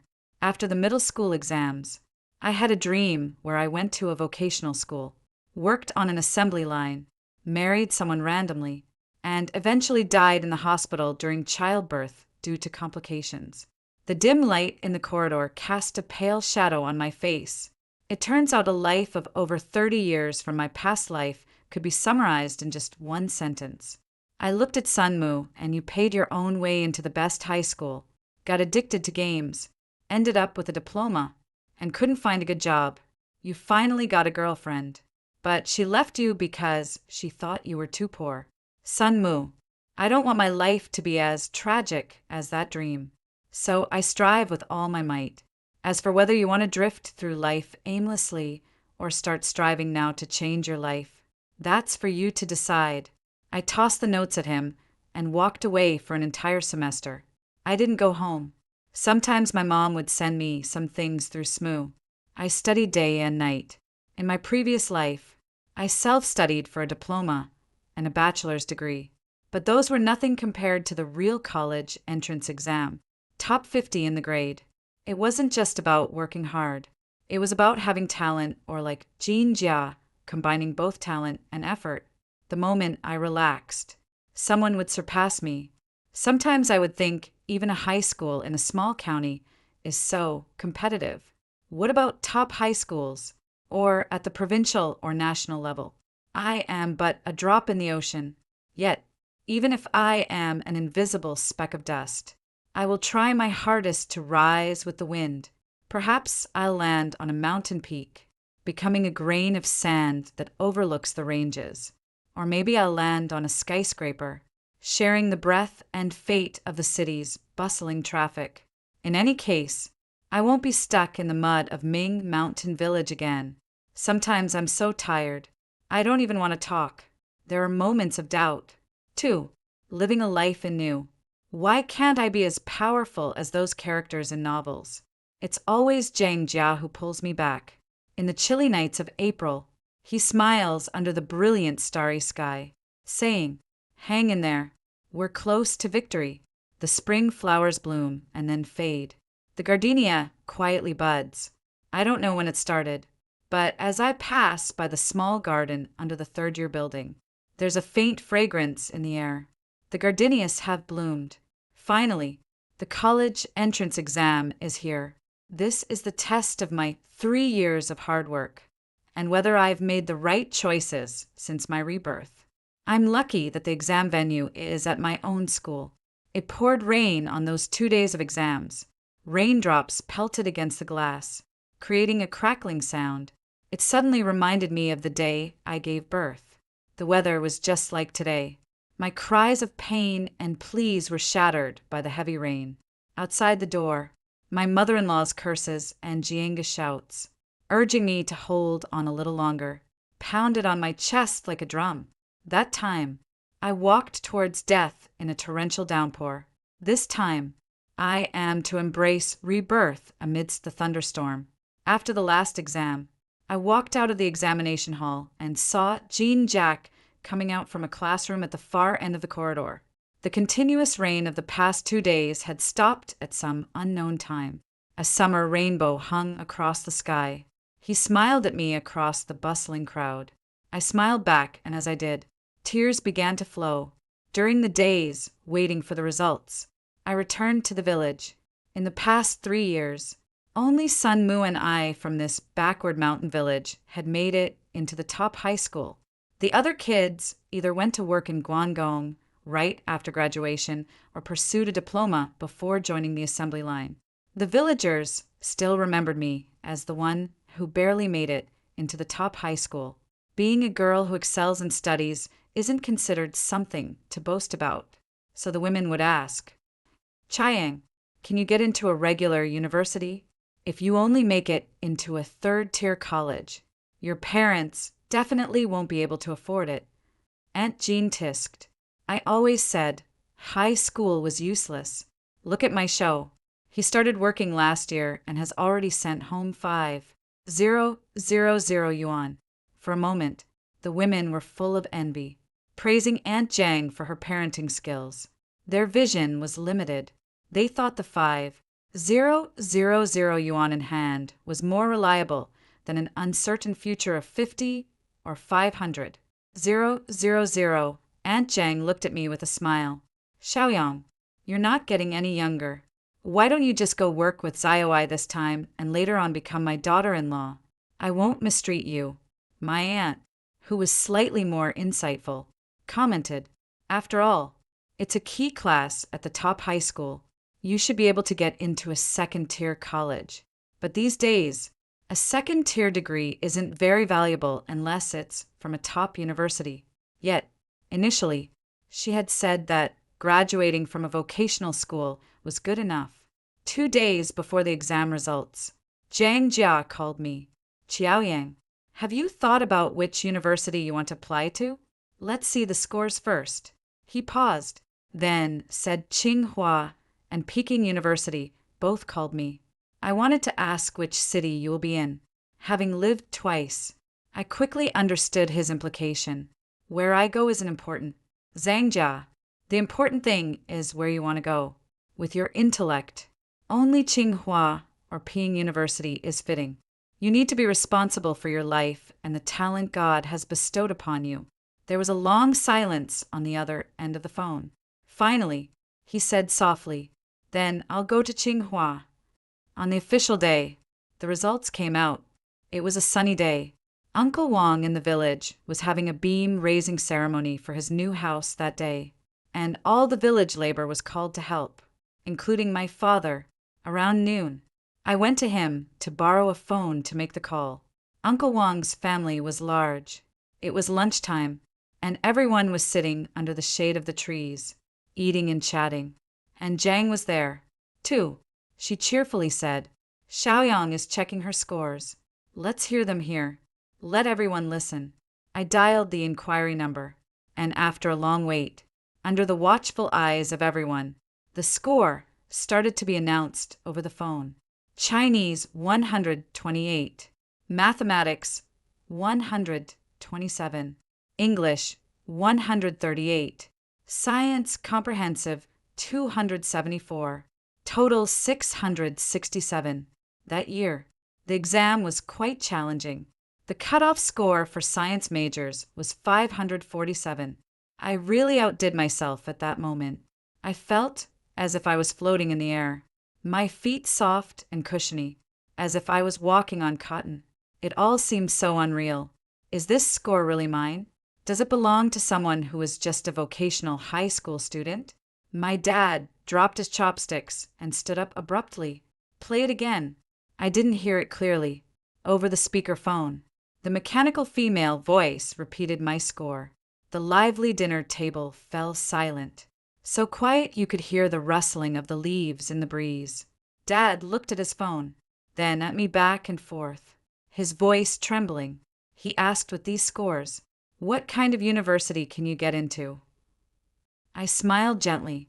Most universities in the country, even though no one at the table had attended high school, they all understood what it meant to score 120 points above the cutoff for top-tier universities. Uncle Wang fetched a large plastic jug of liquor. "Old song, this is a big celebration. Let's drink a few more glasses today."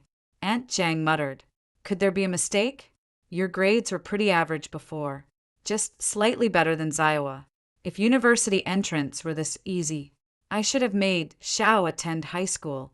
Amidst the warm buzz of alcohol, my dad, his face flushed with joy, said, "It's a pity Xiao is a girl.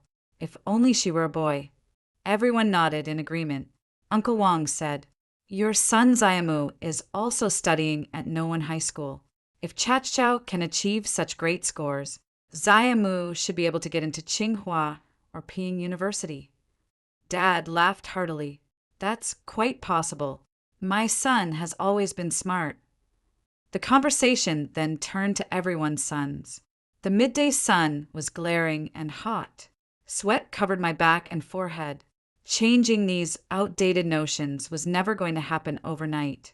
But I believe at least for today, they began to realize a girl is also worth investing in, considering my scores and following teacher Lu's advice. I eventually applied to Zhejiang University. The admission notice was picked up by my dad from the village entrance. He used the notice as a fan to cool himself. What was a 10-minute walk took him over an hour to get home. Upon returning, he pulled out a handful of loose cigarettes from his pocket. They were all premium Jean Bisha. He clicked his tongue. "Everyone has good cigarettes at home. Too precious for casual visitors. usually just passing tokens of affection. My cousin visited during the summer break with her daughter who attends a regular high school in the city. She beamed with pride and praised me. Ciao. I always knew you were destined for great things. Your sister is really struggling with some subjects. Since you're free over the summer, maybe you could tutor her, pushing her daughter forward. She boasted. Your sister got into Zhejiang University. Quite impressive. I smiled. My homeroom teacher has introduced me to some tutoring gigs. 15 yuan per hour if you want me to tutor. I need to schedule your time first. My cousin's face changed slightly. Family members charging each other for tutoring. Even close siblings keep clear accounts. She left somewhat embarrassed. Knowledge can indeed be effectively transformed into money. Zhang Jia tutors students for 20 yuan an hour because he's a student at Tsinghua, and me at 15 yuan an hour. Another classmate charges 12 yuan. Teacher Lu found me a place to stay. The landlord does not charge me rent. All she needs is for someone to help her daughter with her homework every day. Her daughter is only in the 3rd grade of elementary school. Look at this. Under the same sky, in the same small town. Parents in this world are not all the same. Some would rather clip their children's wings, while others prepare in advance, eager to support their children's flight early on. I teach for 4 hours a day, and the students' parents give me milk and seasonal fruits, earning me 60 yuan. During the slack farming season, my dad works as a laborer, toiling for 10 hours under the sun and wind, earning just 30 yuan. Perhaps it was from this moment my parents truly understood that I was different from before. They realized the heights a female college student could reach, something beyond what they had ever imagined. After class that day, on my way home, I unexpectedly ran into Song Mu. He and a few classmates were coming out of an internet cafe. Seeing me, he panicked instantly, hastily explaining, "It was a middle school reunion. I'm heading back tonight." I was calm. "It's your life. You manage it." I turned to leave, but he followed me. He looked wronged. "Sekachao, what have I done to offend you? You didn't used to treat me this way." He shouted, "Are you still my sister?" The setting sun was brilliant, highlighting the sweat beads on his forehead. I took a deep breath and slowly said, "San Mu, born into our kind of family, in our kind of environment, we can only rely on ourselves. If you try your best to change your life, I can lend you a hand. If you choose to degrade yourself, I will not reach out because I don't want to risk my own life. 2. If you think I'm selfish and don't acknowledge me as your sister, that's okay. I don't care either." Song Mu was visibly shaken. He breathed heavily, as if he had countless words he wanted to hurl at me. However, after a minute of confrontation, he dejectedly lowered his head. "I'm sorry. I'll start studying hard from tomorrow." My college tuition was funded through loans. My mother handed me 5 crumpled 100 yuan bills. She advised me, when you're in a different place, be cautious in your actions and speech. Try not to offend anyone and prioritize harmony. Be frugal with money. You know our family situation. I pushed the money back. I can earn money myself.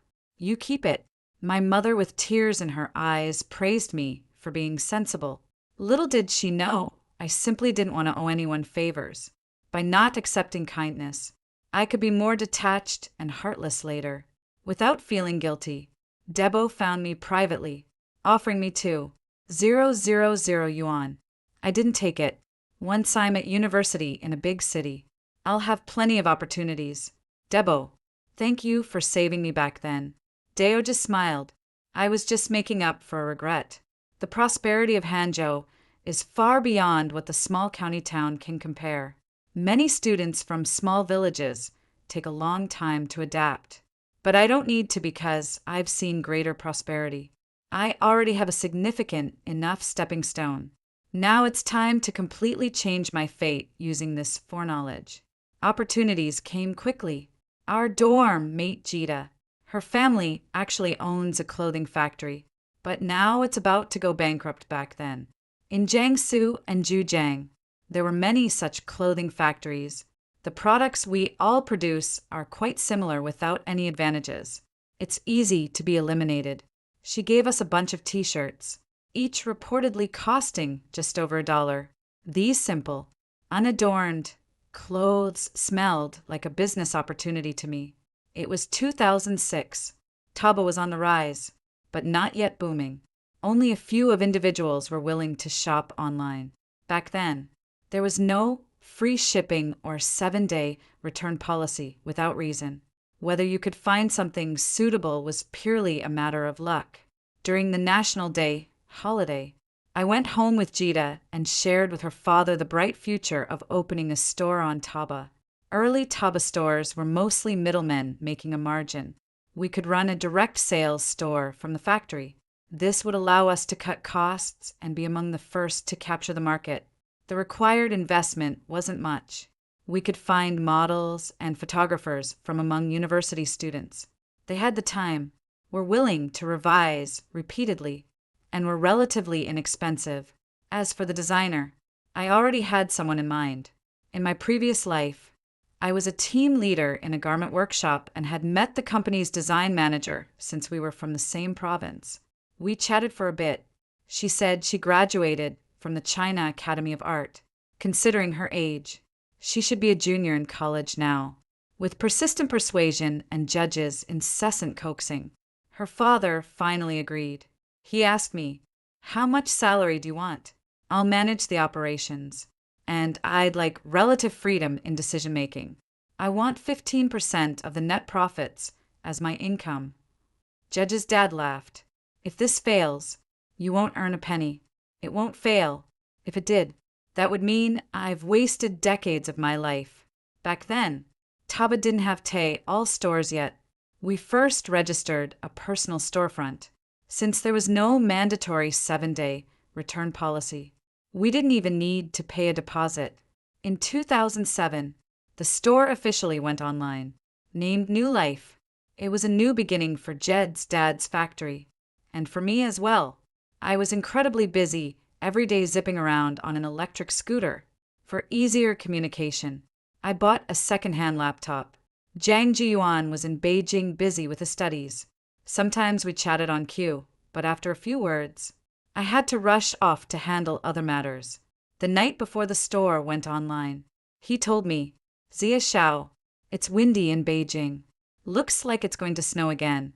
I feel like you're a gust of wind I can't grasp." It was already past 1 o'clock in the morning. I looked up and saw the stars outside the window.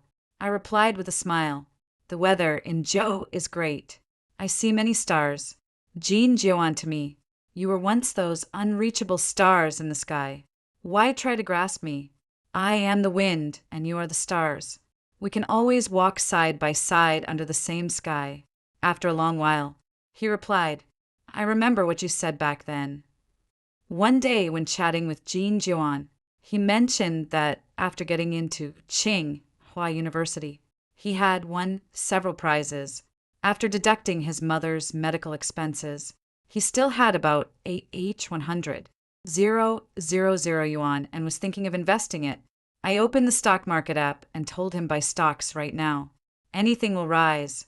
But once the Shanghai stock index hit 6,000 points, make sure to sell everything. Do not hesitate. In my previous life, I never played the stock market either. The reason I know about it is because there was a workshop supervisor at our factory who in 2008 lost all his money due to a major stock market crash and ended up deeply in debt. Unable to cope with the stress, he eventually jumped from a building and took his own life. At that time, there was a lot of talk in the factory, and I heard many people saying that they should have sold their stocks when the market hit 6,000 points. Jean Jia trusted me on this. He watched the stocks climb higher every day and asked me if I was some kind of prophet. "Jean Jia, do you know a flower called the snow willow?" I asked him. "People think it's dead when it's cut and dried, but just give it enough water and it will bloom again. I'm not a prophet. I'm just a snow willow that has come back to life."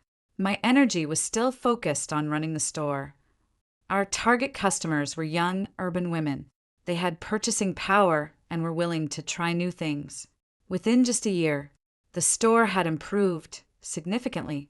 2008 was a booming year for Taba and also for the emergence of new women's fashion stores. It dramatically turned around Gia's father's factory from the brink of loss to profit. Because I had to balance studies and work and often visit the factory to check on samples, I forced myself to get a driver's license and bought a used car. Gia's father kept his promise to give dividends every 6 months, always on time. In the summer of my sophomore year, Sanmu took his college entrance exams. He got into a 211 university. My parents were overjoyed, threw a big feast, and insisted I come home to celebrate. I arrived in the village in a new outfit, wearing sunglasses, and driving my used sedan. Everyone was stunned. Even my parents were shocked. I hadn't been home for 2 years, and every time they called to ask if I needed money, I said I didn't. In their minds, they probably thought I was just scraping by tutoring. The most shocked were my aunt and Aunt Jean. They huddled together, whispering.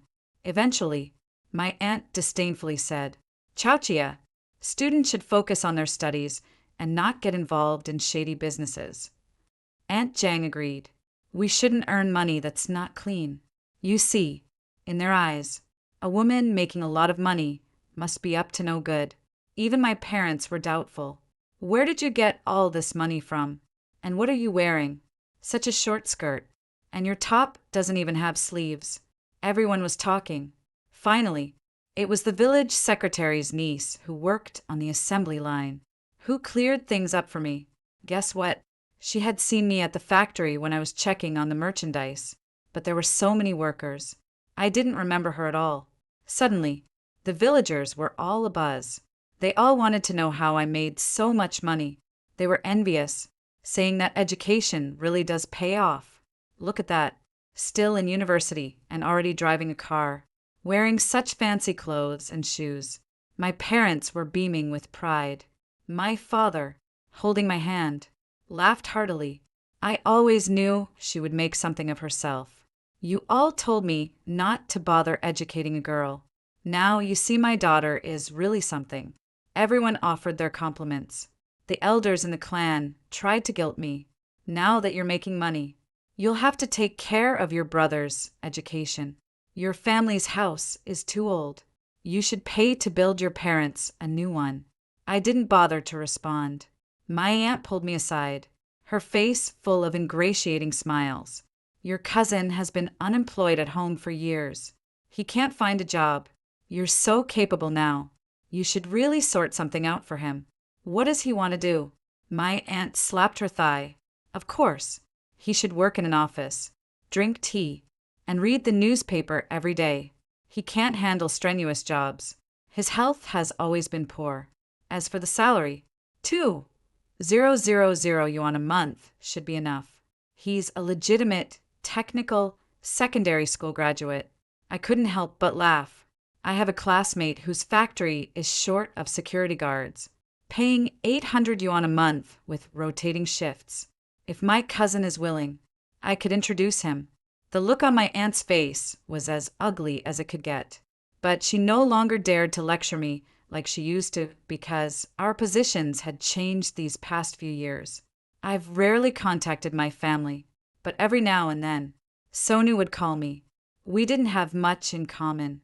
So, after asking if I had eaten and if I was doing well, we would hang up. That night, after the guests had left, my dad said, "Your Uncle Des' shop needs to relocate and he seems to be having some trouble. He helped you before. You should go see him." Sometimes I really don't know how to judge my family. They are selfish, but they also know gratitude. The next morning, I went to see Uncle Da. His business was suffering because the bus station had moved. He wanted to set up a new storefront, but he didn't have enough money. I gave him 80,000. Uncle Da absolutely refused to take it. "You, a young girl, worked so hard to earn this money. Keep it for yourself. Save it for your dowry. Please take it. You deserve it. The help you gave me before is worth far more than this money. If it wasn't for your help when I was in a tough spot, I might be on a production line right now." After much persuasion, Uncle D finally accepted. He wiped the corner of his eye. "I'm glad I didn't choose the wrong person. Seeing you succeed truly makes me happy. My parents wanted me to pay for Sun Moo's tuition and living expenses. He refused. I'm a grown man, fully capable. Why should a woman support me? If she can earn money while studying at university, why can't I? I don't want it." At that moment, I realized he had grown up. Excessive pampering and indulging are like aphids on a young tree. Over time, they will completely devour the sapling. But storms, although they can blow the tree sideways, only through such trials can the sapling eventually stand strong on its own. After that summer, my status had changed. At family gatherings, where previously I might not have been allowed at the table when there were many guests, now I always had a seat. The elder relatives would scold their children by saying, "If only you were half as worry-free as your sister Chow Chow." Aunts and uncles all wanted to benefit from my success. My parents, easily swayed, would occasionally speak well of those relatives. Unfortunately, their words were ineffectual. One New Year's Day, I went to wish Uncle. My mother looked downcast. "Chowchia, do you dislike your mom?" We also had our difficulties. It's not really about dislike. It's just hard to feel close. For the rest of my life, I will do my duty as a daughter, give money when needed, buy things when necessary. But my heart, I never truly belonged to that family, nor to my parents. In my senior year of college, Jingue got married. His bride was a female worker from his factory. On the 26th day of the last lunar month, the couple, dressed in cheap, bright red, toasting outfits, went from table to table offering drinks. That evening, my middle school classmates invited me to join them in playing pranks in the newlyweds' room. Standing at the doorway, I watched them rough house without any sense of propriety. It was like watching my past self. I felt quite uncomfortable that day and wanted Jean Shui to put a stop to their antics. But he said, "It's a day of great joy. Don't dampen the spirits." Eventually, I took a broom and chased the group away, for which my mother-in-law chided me for being insensitive. Suddenly feeling it was all pointless, I turned and left. Years passed, and the muddy village roads have been paved with concrete. More and more people are venturing into the outside world. But had their mindsets truly evolved? I'm not sure. Small snowflakes began to drift from the sky. Jingai followed me out. Drunk, with a flushed face, he blocked my path. "Chow Chow, if I had also gone to high school back then, would you have noticed me? I would rather never marry at all than be with you." I replied coldly, "Take good care of your wife and stop being a mama's boy." Snowflakes fell on my face, their coolness faint. Perhaps I would also become his unattainable love because I am outstanding and hard to get. I qualified to be that unattainable love as I was almost home. My phone rang. It was Zhang Jia calling. "I have something to tell you." "Oh, I've signed with a big company in Zhou. We'll be able to meet soon. Congratulations." "Ciao. I'm really looking forward to seeing you again," he said gently. "In the night, I'm sending you a photo." The signal in the village was poor. After a while, a photo appeared on cue. It was a branch of blooming willow flowers placed in a glass vase accompanied by Zhang Jia's message. "They are resilient and beautiful, just like you. Sancha Chao."